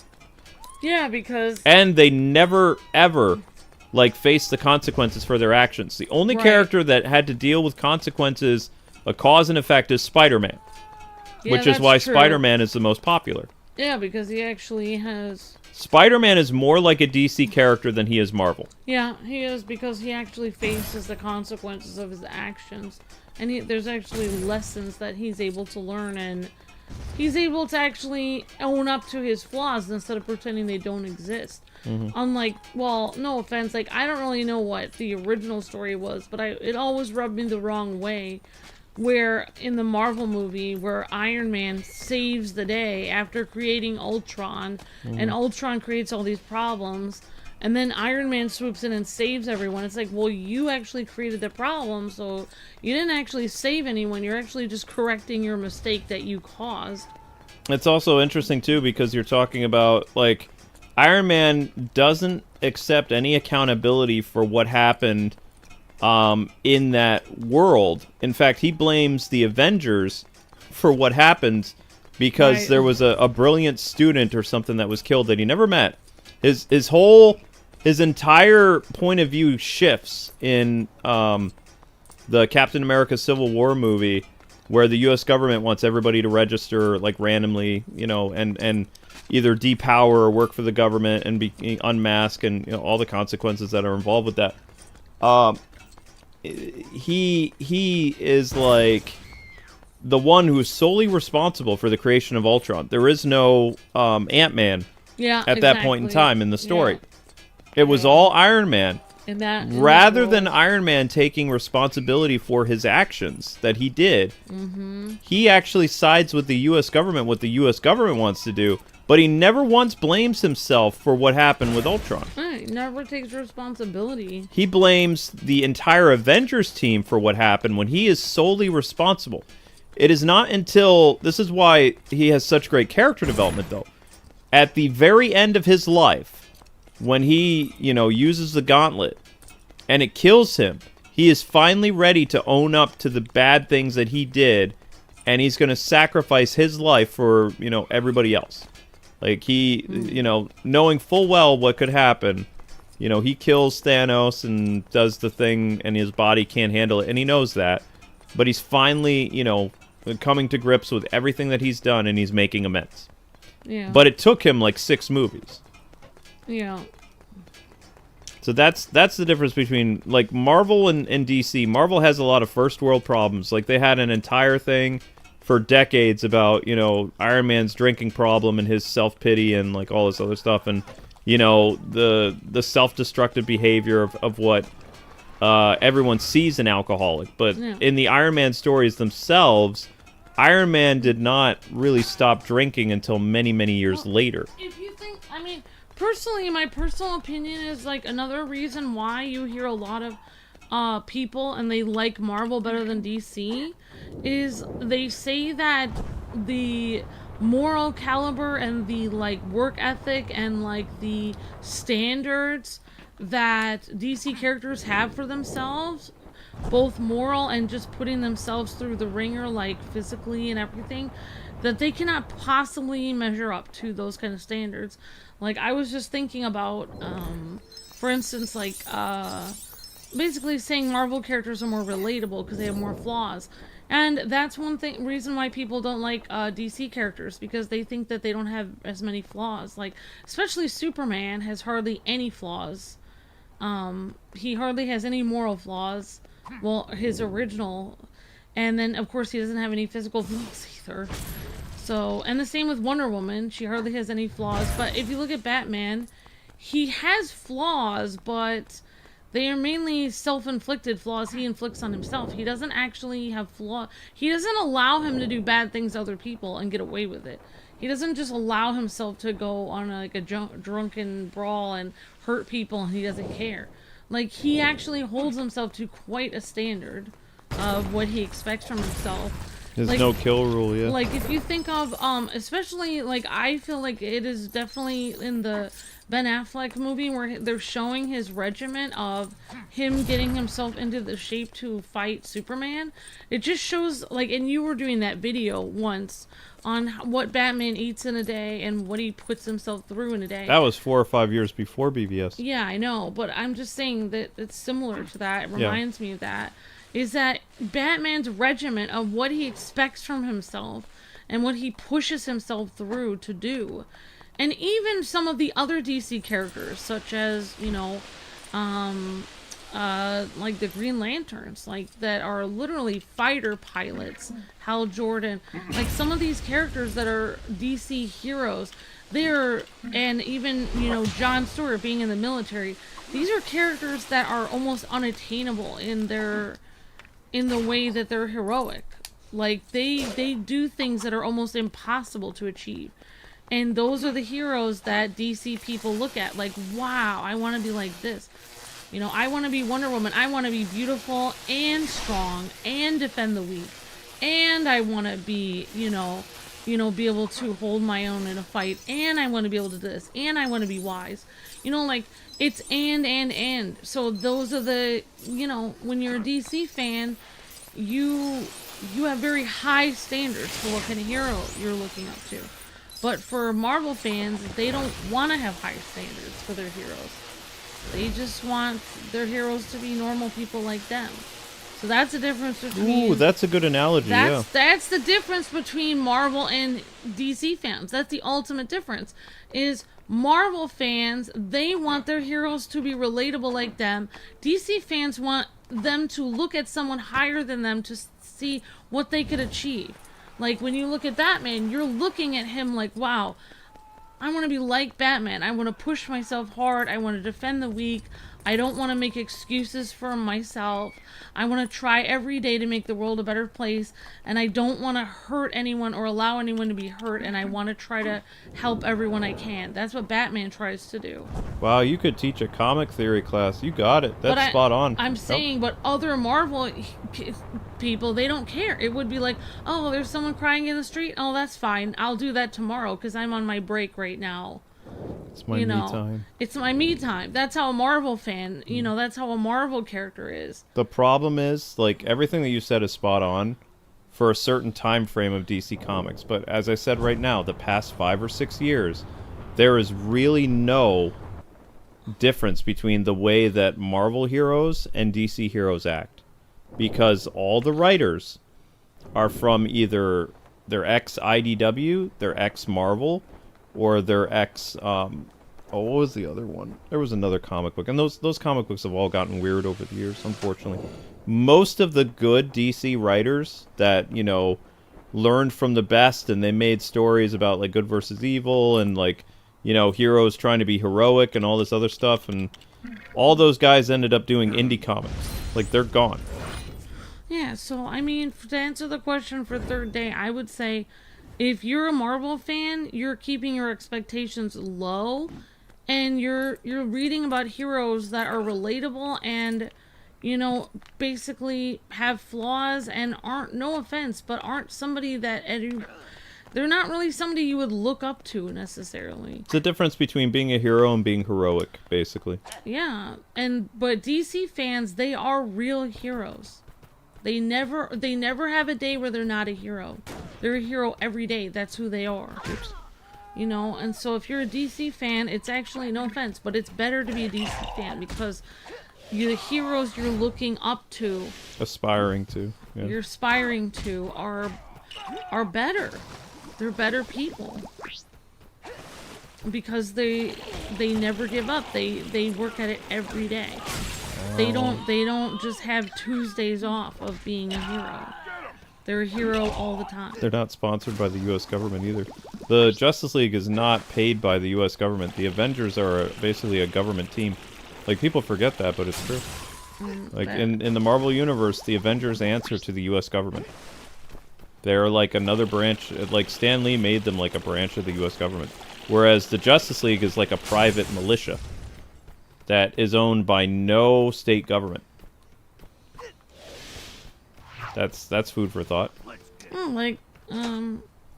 Never mind. Like, I'm not really gonna name any Marvel heroes in particular, but because they're all sort of the same. But you know, if you look at any Marvel hero, especially the teenage Marvel heroes, okay, like think about some of them that are like pushed into like, you know, new shows and movies and stuff like that. While they're sitting there whining and complaining about like, oh, their parents don't understand them, or their class, they're worried about, you know, like, what will my classmates think of me? You know, do I? What? I'm just no, reading. it's okay. It's okay. I don't. Well, you know, like, it's fine. If I don't know if I can talk, I thought Luke could hear me, but he can't. Amber, so you really have to get better with ADD, honey. ADD is distraction. You cannot. I know, but if you can't hear me, I was sort of talking to you, so just forget it. But you shouldn't be upset when I like. I'm not upset. I just stopped talking because I don't want to repeat myself later. Okay.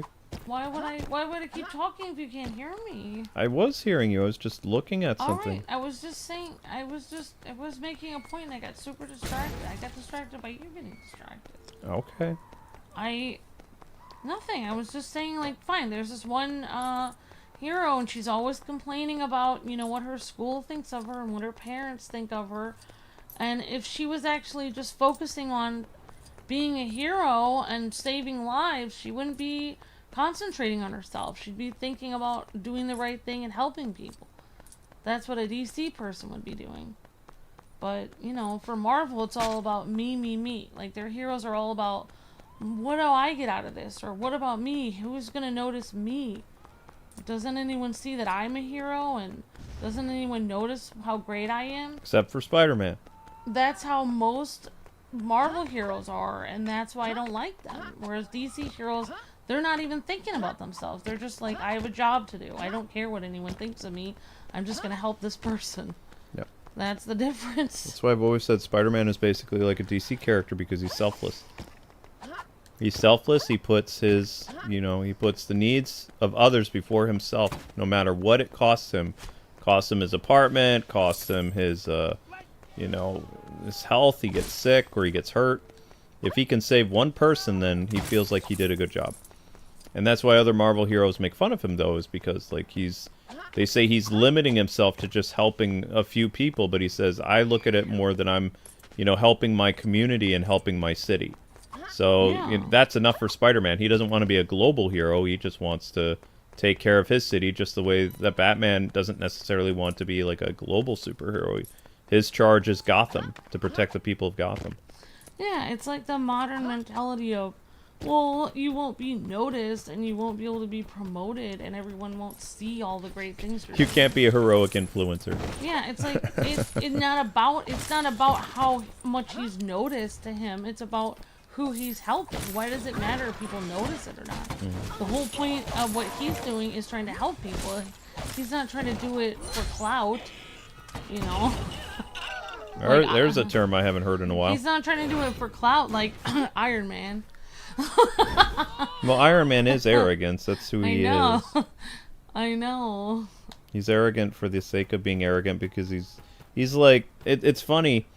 Like, all the weirdos online, their version of a jerky billionaire that they try to paint Bruce Wayne as is Iron Man. Yeah, is the guy that they look and the up thing to. is, yeah, they look up to Iron Man for being egotistical, being arrogant, being a pain in the butt, you know, being mean to the poor and all this other stuff.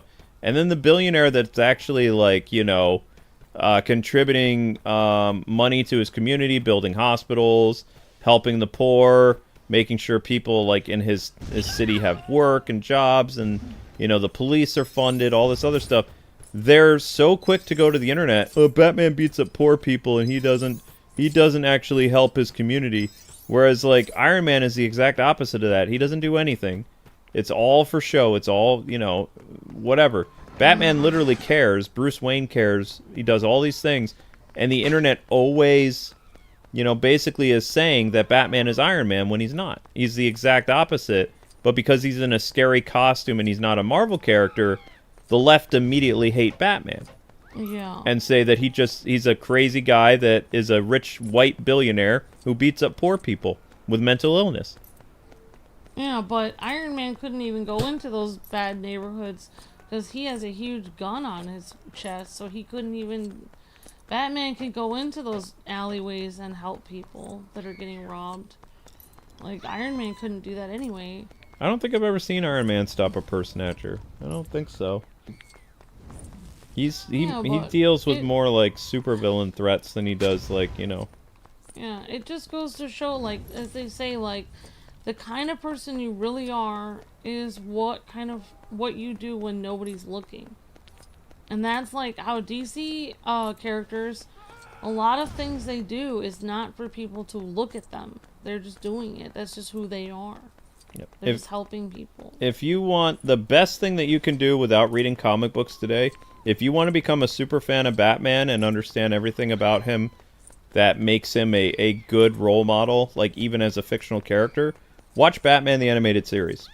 If you want to see what a heroic superhero is like, a selfless person who like will literally push themselves to the limits, they don't have any type of like protective technology, and they're going out, you know, facing super criminals and like all kinds of problems, and also to see the psychological complexities of what it is like for a man to endure that type of like almost like, you know, mental torture every night.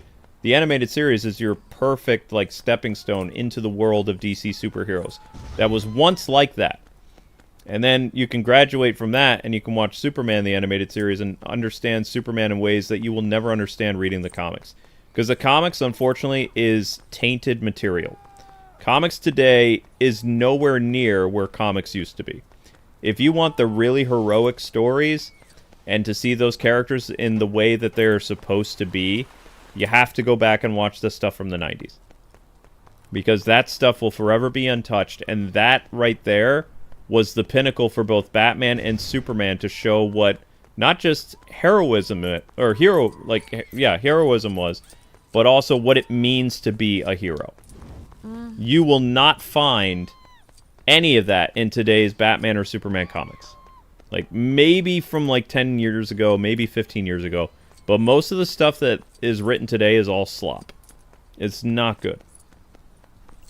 Because it's not made from the mindset of DC superheroes. It's now made from the mindset of how Marvel writers write, which Amber nailed it before, has to do with like very selfish reasons for what they do. Instead of like, you know, how can I go out and help somebody? It's like, I have these things. It would be unwise for me not to do this, and also it would look poorly on myself if I didn't use these gifts to help people. Like, the mindset is completely different. Right. So. Yeah. It's like they can't just do it. Yeah, they can't just do it just to do something. They can't just decide to help somebody. Yeah, Superman doesn't care what people think of him. He still helps people, no matter what. Or at least he used to. He's not worried about anything. He's just worried about how can I help as many people as possible. You know, and it doesn't matter what happens to me. You know, he's a selfless hero that just does whatever he can to save as many people as possible. That's how Superman goes. And Batman is more like, you know, how can I help one person and make sure that that person doesn't, like, lose a family member to crime? Like, how will my actions benefit, you know, this? Kind of like that. Yeah. What can I do so that no 8-year-old boy or girl grows up without a mom or dad? Right. Yeah. Exactly. Yep. No matter the cost to myself. Right. That's being a selfless hero, pretty much.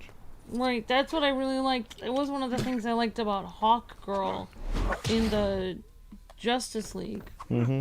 Was while everyone was like asking questions, like when the Justice League would be asking questions, like, oh, can we save that person down there? Like, I don't know if we can make it. Will we be able to bust through to help that person? Hawk Girl is not even asking any questions at all. She's just like, I don't even care if I die. I'm gonna help this person. She goes in there with her mace, and she's thinking about saving them first, and then she thinks about if she's gonna hurt herself later. It went way down. I'm gonna have to go on break. Is it too late? It might be too late.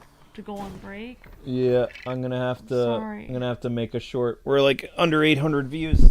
Sorry. Nope. I mean, this happens all the time. Well, I'm gonna finish doing. If what I was don't, doing if I don't upstairs. babysit the views plummet. So I gotta make a short. Link is right there, so this will be easy for me.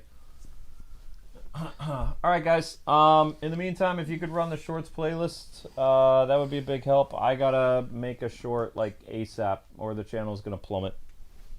That was fun though. Thanks for hanging out, Amber. But I gotta get the views back up. No. I don't know why it's like that. I mean, it happens all the time. We have a good rhythm going, and then the channel just goes. So. But be right back. I might get a short of it.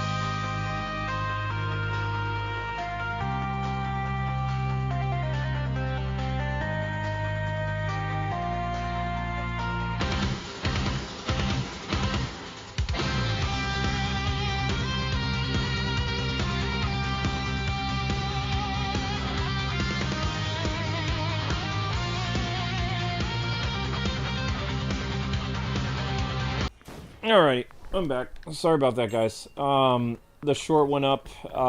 We were doing something here I don't really remember. Gonna need a few minutes to...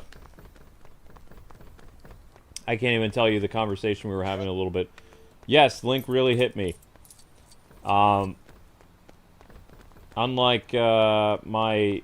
I don't even have that many haters anymore, but a lot of people would say that I would play the part of the fool. I think the biggest fool on the internet is Phil. And I think that he is a gentleman who has the entire world fooled. But I do not believe for 1 second, that it is not a calculated act. Because I've seen him do the most bizarre things that if I wanted to play that badly in a game, I could. There's no way every single game he plays, he's that bad at it. Especially when the game tells you how to do stuff. And I haven't even gotten to that part of Pragmata yet, but I'm pretty sure the directions and the little girl's commentary are very clear what you're supposed to do. So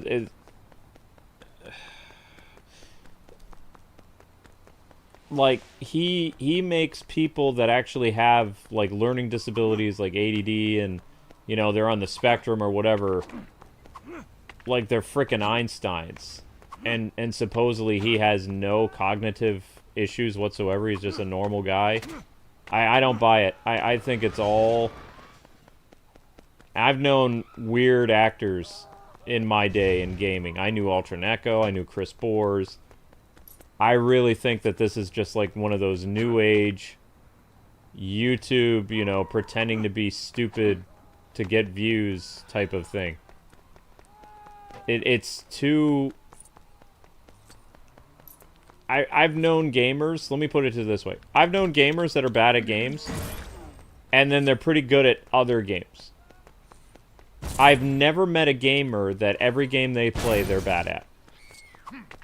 So that's why I don't believe that Phil is as, slow as he lets on.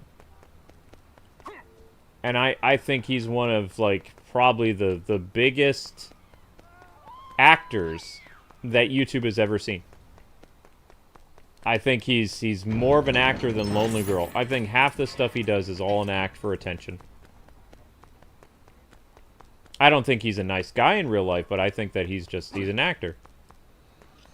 That's all. He did something stupid recently that's all over Twitter.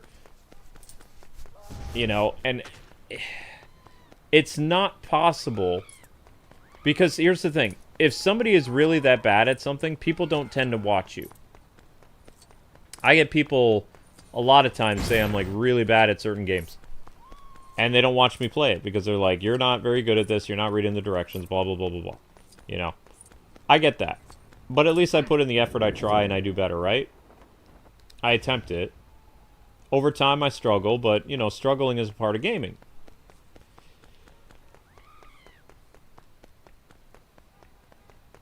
I can't believe that we would live in a world where God would make somebody as stupid as him. It just doesn't compute to me. And as somebody who's much, much older than him, it doesn't make any sense. Like, if he was really gaming back in the 80s and 90s, it requires some type of skill, hand-eye coordination, and intelligence to be able to beat NES and Super Nintendo games. You cannot do the kind of stuff that he does on a day-to-day basis in gaming and win. It's impossible. I don't believe it. Now, I'm always looking for the angle in life myself. Like, I'm always, very kind of like, yeah, I don't believe that for a second. I'm a very... what's the word I'm looking for? I'm a skeptic for a lot of things. And I believe that he has most of the internet fooled. I really, honest to God, believe it. I do not think... And here's the thing. So many people watch his content. So many people are talking about him all the time. He will always be relevant because of the people that make him relevant. And I think he knows that. So in order to stay in the spotlight, he acts the part of a fool. Because he's realized that if he does these weird antics, he's going to go viral.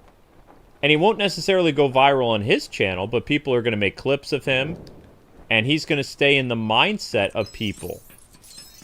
Because his channel doesn't do well, except he makes the amount of super chats that he, And let me put it to you this way. If he's making... He does like 3 or 4 live streams, and he's making like $80 to $100 a stream. He's doing better than most streamers that have 1 million views. Because most streamers are not making several $100s a day, with 1 million subscribers. Not per video. Like, he has somehow figured, unless they're getting super chats on their streams, and most of those guys don't stream. Like, he's found a way of not only staying relevant, but to get people to pay him to live stream without having to worry about ad revenue. Because he's got people shelling out hundreds of dollars a day. Like, if anything, I'm jealous of his brilliance, because I can't do that. I go several live streams without getting super chats or memberships, and I'm at the mercy of, did I get 1,000 views or not? Is YouTube going to take away, you know, my 5-hour live stream that I got 1,000 views to get that, you know, YouTube streaming CPM, or are they just going to, like, erase, like, 250 views and drop me down so that I'm, you know, drop down to the terrible upload CPM, which is going to hurt my check? Like, I have to live in that constant state of fear all the time. But from what I see, even on his worst day, he makes about $50.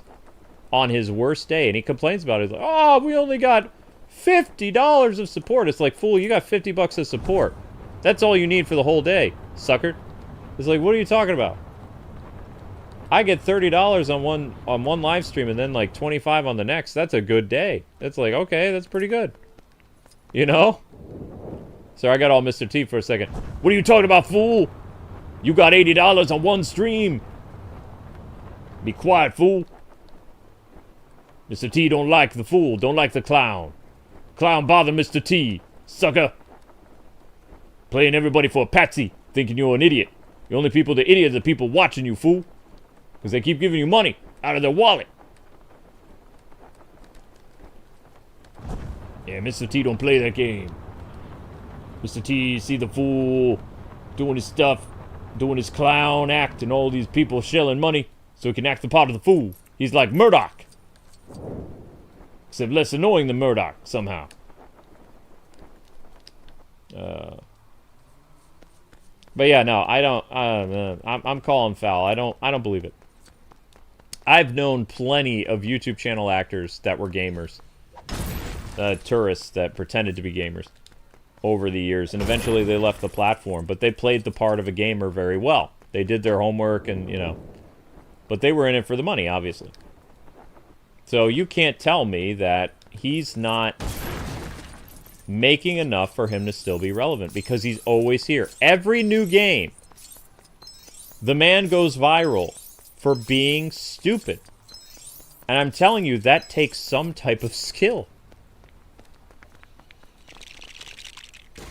Oh, what do you know, Hawkman?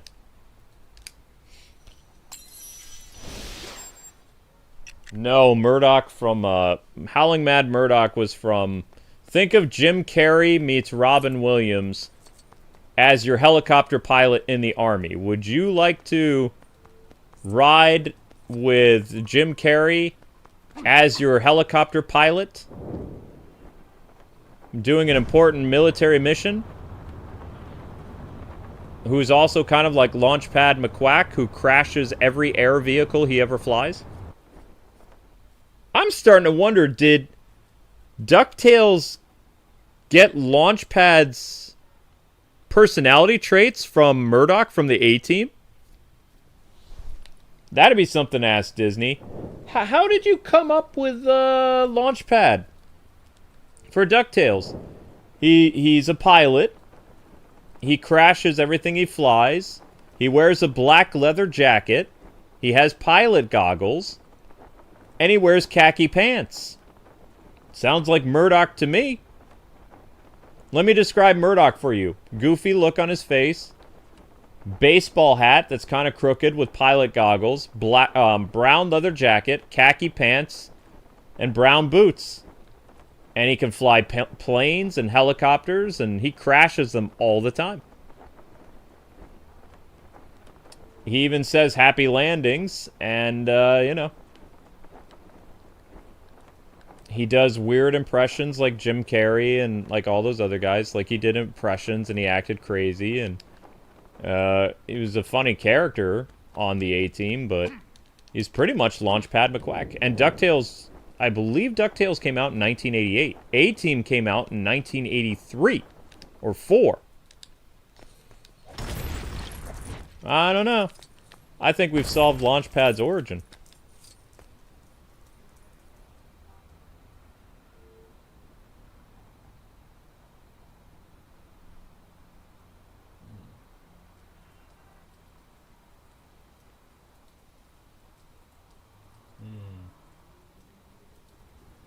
Is all my stuff,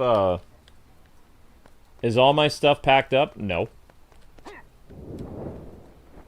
I'm gonna do more packing tomorrow.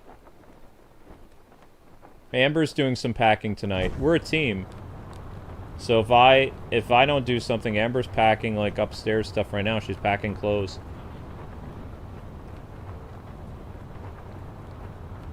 I've heard her pack at least like two boxes of clothes. That's packing.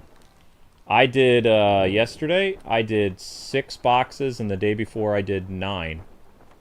So tomorrow I'm planning on, like, I had to get the cable company set up for the new house, and I had to do some other stuff on the phone. So most of my like 2 hours was spent on the phone today. So I didn't have any time to do boxes, and I don't have any strength to do boxes either because I have to use all my energy for Keith's, like to do Keith's stream next. I'm just waiting for this stream to get 1,000 views so I can jump off and go to Keith. But I just wanted to vent some aggression because I just feel that I don't like pretenders. Like, Ultra Neko was a fraud. Like, she was not a real gamer. Her boyfriend was the guy who was playing the games off camera, and you would just see her react to it. Like, she was like a reaction channel before reaction channels existed. Okay? She was not real. Zeitgeist Game Reviews was a guy who was trying to follow the trends of video game reviewers like IGN and all this other stuff. He was not a gamer. He used very bare bones gameplay clips, and he had some of the most outlandish takes for like playing games. And once he, you know, got bored with the whole thing, he left the internet, never to return. He had like 500,000 subscribers when he left. But he was not a gamer. And he was not a game journalist either because he was an idiot. Like, he didn't understand where half the references for easy games came from. He didn't know the difference between franchises. And back then, people didn't call him out because he was one of the first, like, video reviewers on YouTube. Like, the first one who was able to record high-def video game reviews as early as, like, 2008. Even IGN couldn't record 1080p HD. You had to have a lot of money, and, you know, turns out, lo and behold, the guy was a rich kid. You know? He had access to, like, really high-end technology that was very, very expensive. Cutting-edge technology. But once he was done playing the role of a gamer, he left and, you know, just disappeared off the internet. He didn't care about it. So, I mean, he was a fake, too. So, for me, as someone who's been around, I am older than Phil. It's not a secret. Like, he says that he's an old-school gamer and stuff like that, but the things that he says about retro games is always wrong. So that makes me believe either A, he never played those games, B, he was in a horrible car accident where he hit his head, like me, or C, he made it all up. I like to go with C because even with my, like, cognitive issues from my car accident, I still remember what gaming was like in the 80s and 90s. I remember it to a pretty high degree. You know, it was a very important part of my childhood, and the games were really, really, really hard. They were fun, but they were super hard, right? So when he goes on his weird tirades, and I don't even know why I started watching this guy lately. I've been fascinated by him because I really believe he's a con artist. I believe that everything that he does is, like Joey Swole, the guy on Twitter, says, it's for likes and attention. Like, all these people are playing into his, you know, his stick. And he's been on, like, all the popular gaming podcasts. He was on Side Scrollers. He's had It's a Gundam make videos on him. Like, I mean, literally, the dude will never fade from obscurity because the people don't like him are still keeping him relevant. I don't even think they realize that. Maybe they do realize it. Maybe they're all in on it. I don't know. They could all be, like, accomplices to this guy. I don't know. But, you know, to me, because I'm blunt, it just doesn't make any sense to me. Like, it would make... Let me explain this to you, okay? This is why I think it's an act. I've worked with people who were born with cognitive problems. Like, they were literally... I don't like using the word stupid, but they had problems, right? They had actual problems with motor skills and not just learning disabilities, but they had actual problems that prevented their brain from working correctly. They were born that way. Right? Okay? And I worked in special ed and all that other stuff. So I saw this kind of stuff happen. I know what it looks like when someone has slow motor skills and they actually have problems with that stuff. And from what I've seen of Philly, is he doesn't look like I've never heard him have a speech impediment. I've never seen him show any signs of, like, especially because he has his webcam all the time. The man has so much arrogance that, I mean, it takes skill. It just doesn't add up. It theoretically does not compute for me. And so, anyway, I've been watching this guy on occasion. I first caught wind of him not during his live stream incident that made him famous. What made me kind of laugh at the guy was the Zelda incident. And what was the Zelda incident? Well, the Zelda incident was this man was wearing full metal armor. I think this is how Amber discovered him, too, by accident. We were watching some of our YouTube shorts, and we came across another Zelda short that was not from, I don't know whose channel it was, it doesn't matter. But there was this angry middle-aged man, looked like Quasimodo, you know, all hunched over, like yelling and swearing at Zelda, like the Zelda game. I'm like, okay, that's weird. And I keep watching the short, and he's yelling at the lightning, and he's yelling at Nintendo for making a poor game. And I'm like, okay, this guy's just stupid and doesn't realize that you have to take off the armor. It's like, haha, I laugh at it. And it's like, I'm drawn in by the stupidity. Because most people know that electricity and metal are not good. They're not friends. It's not a good thing to rush out into a storm with metal. So, you know, a logical person would take off the metal armor, metal sword, and metal shield, and they won't have any problems with the lightning. Like, that's how Nintendo's designed the game. You can't outrun the lightning, so to see him outrun the lightning was kind of funny. And I was like, okay, maybe this guy is legit. That's what I thought. The first time I saw the clip, I was like, okay. Then, when when Tears of the Kingdom came out, he did the same bit again. And the internet once again went viral, pointed fingers and laughed at him. And I was like, hold up, wait a sec.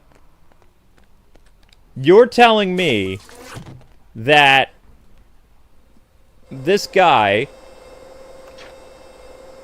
is that stupid that he did the whole thing again? And I was like, wait a second, no, something's not adding up right. Because I like to give people the benefit of the doubt. Like I said, I worked with actual people with cognitive disabilities. Like, I was a teacher's aide, okay, with special ed kids. And this dude shows no sign of that, right?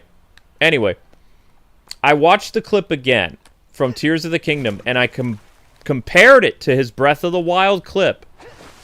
I kid you not. And people haven't put two and two together yet, but I have, because I'm a lot smarter than most people, and, you know, I'm kind of mean. But I watched the clip again, and I noticed that there were so many parallels to almost like when a comedian is redoing the same bit again years later to try to get that same recognition from the internet. And it's almost, I kid you not, go and watch the clip from him on horseback in Breath of the Wild, yelling at the lightning, saying Nintendo made poor mechanics, blah, blah, blah, blah, blah, word for word.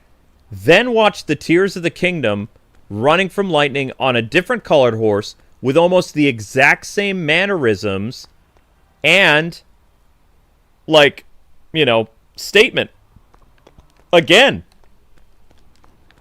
Now, let me tell you, comedians are famous, okay, for redoing a bit for laughs. If you ever go to a stage show for a comedian, they will retell a joke that they told 10 years ago to try to get a rise out of the audience. Am I doing this right? Wait a sec. I'm doing something wrong here. Oh, okay. Will that even reach? No way that reaches. No way that reaches. Hold up, hold up, hold up. I'm missing something. I'm doing something wrong here.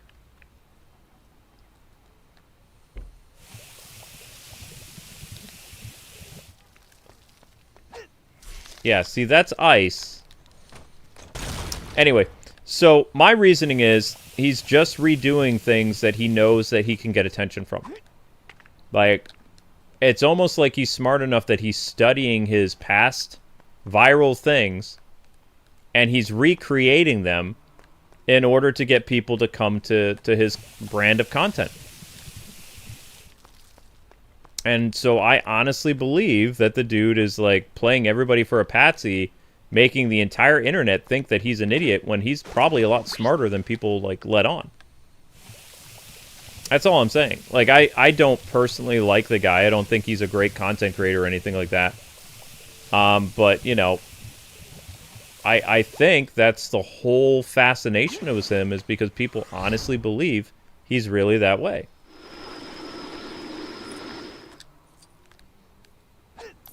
Wait, really? That's all? Wait, that can't be right.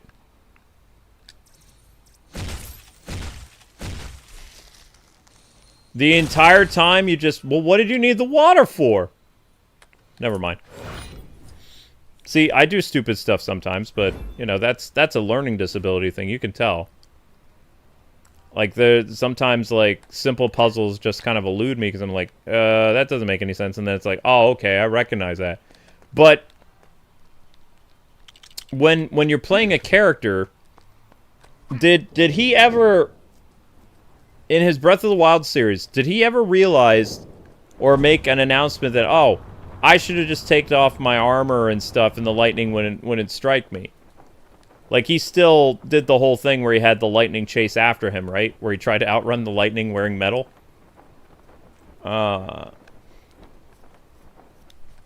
But anyway, I think that he is probably one of the best gaming comedians, and I think that he has taken everybody for a ride.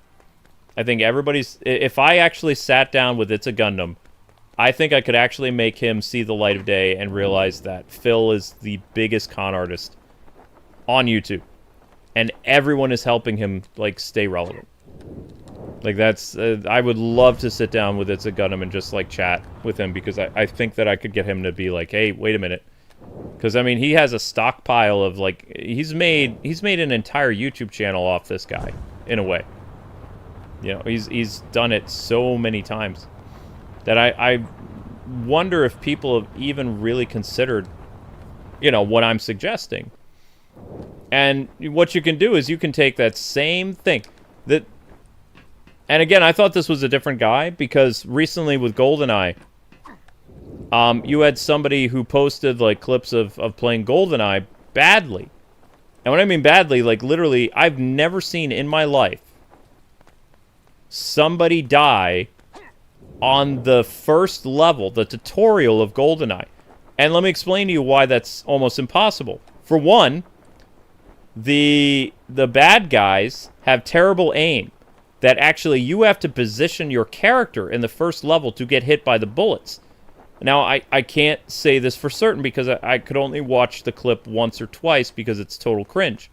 But to me, it looked like in his panic, Phil is running around and getting shot by the Russian's bullets, where I've literally stood in front of the Russian guy with just my karate chop and taken, like, next to no damage standing in front of the Russian guy, and he never moves. Like, the Russian guy just stands there shooting you, and he'll duck and whatever, and you just kind of look at him, and then you hit him with the karate chop, and he dies. But if you're, you know, moving around as you're getting shot, then there is the possibility that you could die, but you actually have to get hit by the bullets, because the bullets, if you stand completely still in GoldenEye, the chance of you getting killed on the early difficulties is almost next to impossible. You would have to be shot at by, like, 2 or 3 Russian guys in order to take that much damage. If it's just one guy shooting at you, like the very beginning of the level, and you're not like running around to, you know, attract the bullets to yourself, and you're just standing still, chances are you're not going to get hit. Or you might get hit once and go like, you know, or that sound effect. Because if you're just standing still, like the guy is going to miss you like 9 times out of 10. Because it's a tutorial level. And that's when I realized this is the breath. I call it the idiot horse guy. It was like, this is the idiot horse guy, and he's doing another bit. That's what I realized with GoldenEye. Like, and you can't change my mind. Like every time he does something, whether it's Pragmata or Dark Souls, most gamers, even people with cognitive issues, learn from their mistakes. So that when they play the game next time, they don't do as bad a job. Or at least, they won't struggle as much because, you know, the struggle is real and you figure it out and you move on from there. That's what being a gamer is. Especially if you were born in the 80s and 90s. You had to learn from your mistakes or you would never beat the game. Right? So it was hard for me to believe that a dude who is younger than me, who looks like he's much, much older than me. Yeah, I know, I'm not very nice, see? There's no way that someone born in that era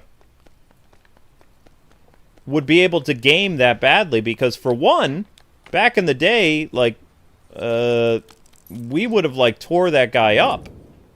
Like, you know, to the point where he wouldn't even want to be a gamer anymore. Because, you know, it'd just be like, this is ridiculous. You know, you're just not cut out for this. This is painful.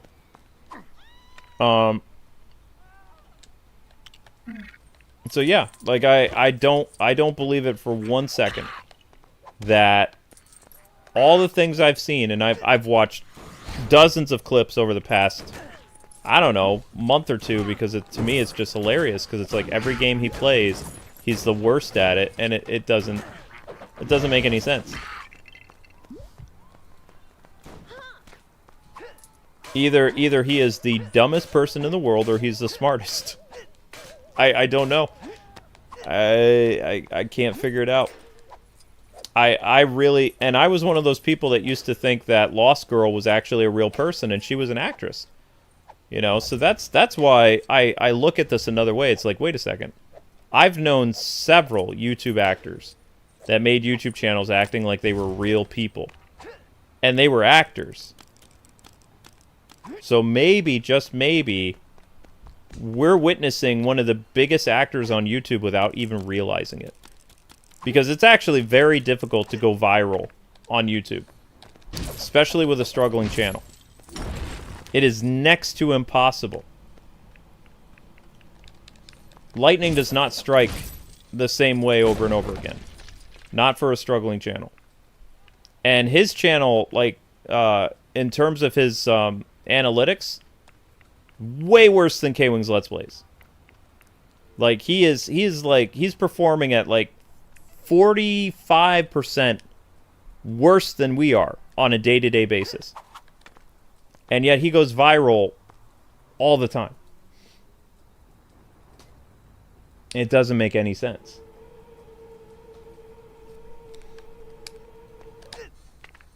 So I don't know necessarily if I have respect for the hustle or anything like that, but it does feel like it's kind of like, you know, everybody is being fooled is what my reasoning is. But that's just me. I'm a skeptic, so I don't think certain things are legit, you know? I don't see it that way. I don't see the good side in things. Usually, I see something and I'm like, well, that's weird.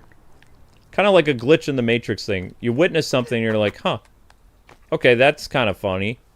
And then you see it happen again and you're like, now I'm seeing a pattern. No, I'm just seeing a pattern. It's not real. Then it happens again. And it's like, wait a second. Didn't I see this like a couple years ago? What's going on? Almost word for word, the same thing. And, you know, it's because I constantly think a lot, though. That's my problem. Is I can't just not think about things. I guess. Plus, I mean, it's like that, what do you call it? It's like that meme with Tony Stark and Spider-Man where everywhere you go, you see his face. Like, everywhere I go on either YouTube or Twitter or whatever, I always see his face, but I don't actually see him. It's people talking about him.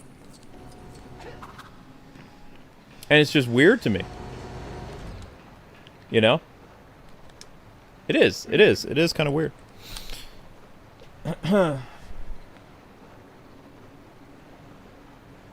You're a New Yorker. We're naturally skeptical. I mean, think about it this way. Well, if you were in my shoes, Joseph, you saw the Breath of the Wild thing many years ago. Everybody laughed at it. Ha ha ha. You know, it was funny. You know, how can somebody know not to take off, you know, iron in a lightning storm, right? Your sword, your shield. The game is pretty self-explanatory, and most people have common sense that if you run out into a storm with metal, you're going to get struck by lightning. Then the new game comes out 4 years later, or not 4 years later, almost 7 years later, whatever. 2023. The next game comes out, and then almost word for word, the same thing happens again. And people, of course, are just kind of like, aha, this person is so stupid. You know, they're laughing with it. And they're like, how do you not know to take off your armor? La, la, la, la, la. And the dialogue in the video is exactly the same, almost word for word, from the Breath of the Wild video back in 2017. Most people, at least New Yorkers, would be like, wait a sec. Something's not adding up here. This is too deja vu. New clip, many years later. Weird.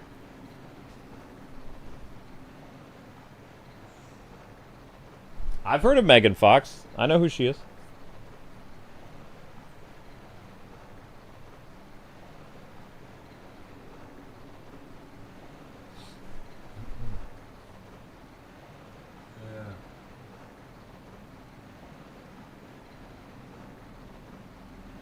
But anyway. Yes, I grew up with Space Ghost Coast to Coast. Most things that you will research from the 90s or the 80s, I grew up watching while they aired. Most games that came out, I played them.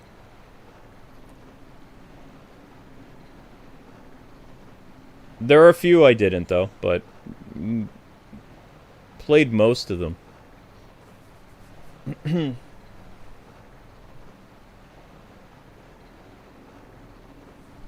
I haven't heard anything about Injustice 3, no. But anyway, I got a Spider-Man stream to get to. I just thought, I don't know.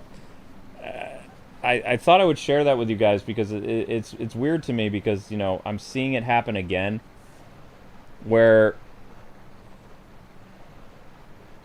it's almost exactly like what happened with him playing Crimson Desert.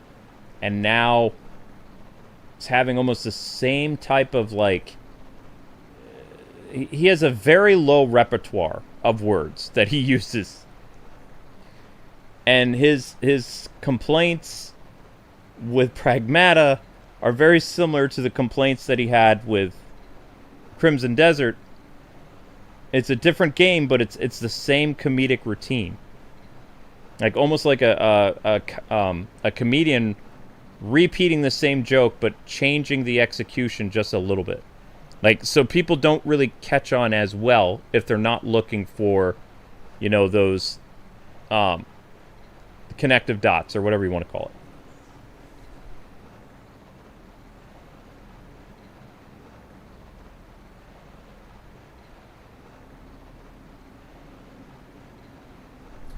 In the next Lego game, will you be happy if it's Harry Potter? Not really. I'm not a big Harry Potter person.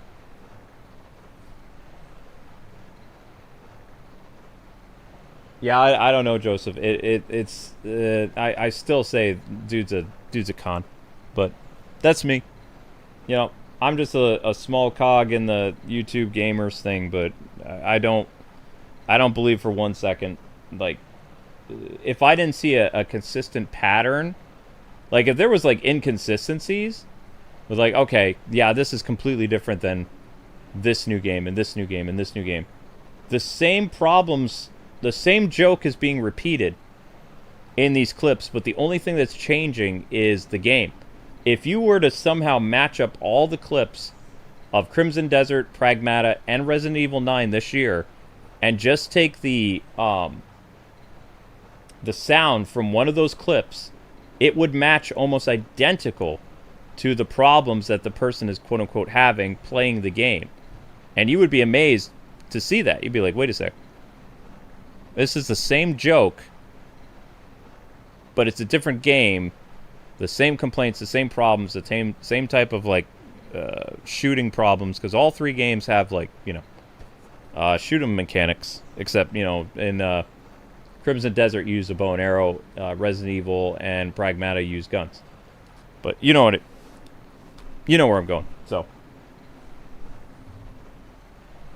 alright, anyway, guys, Spider-Man time. Thanks so much for hanging out. Thanks for the super chats. And I will see you on Spidey in a few minutes, okay? God bless, happy gaming. Just rambling because I just don't believe what I see. That's all. Alright, I'll see you guys on the next one.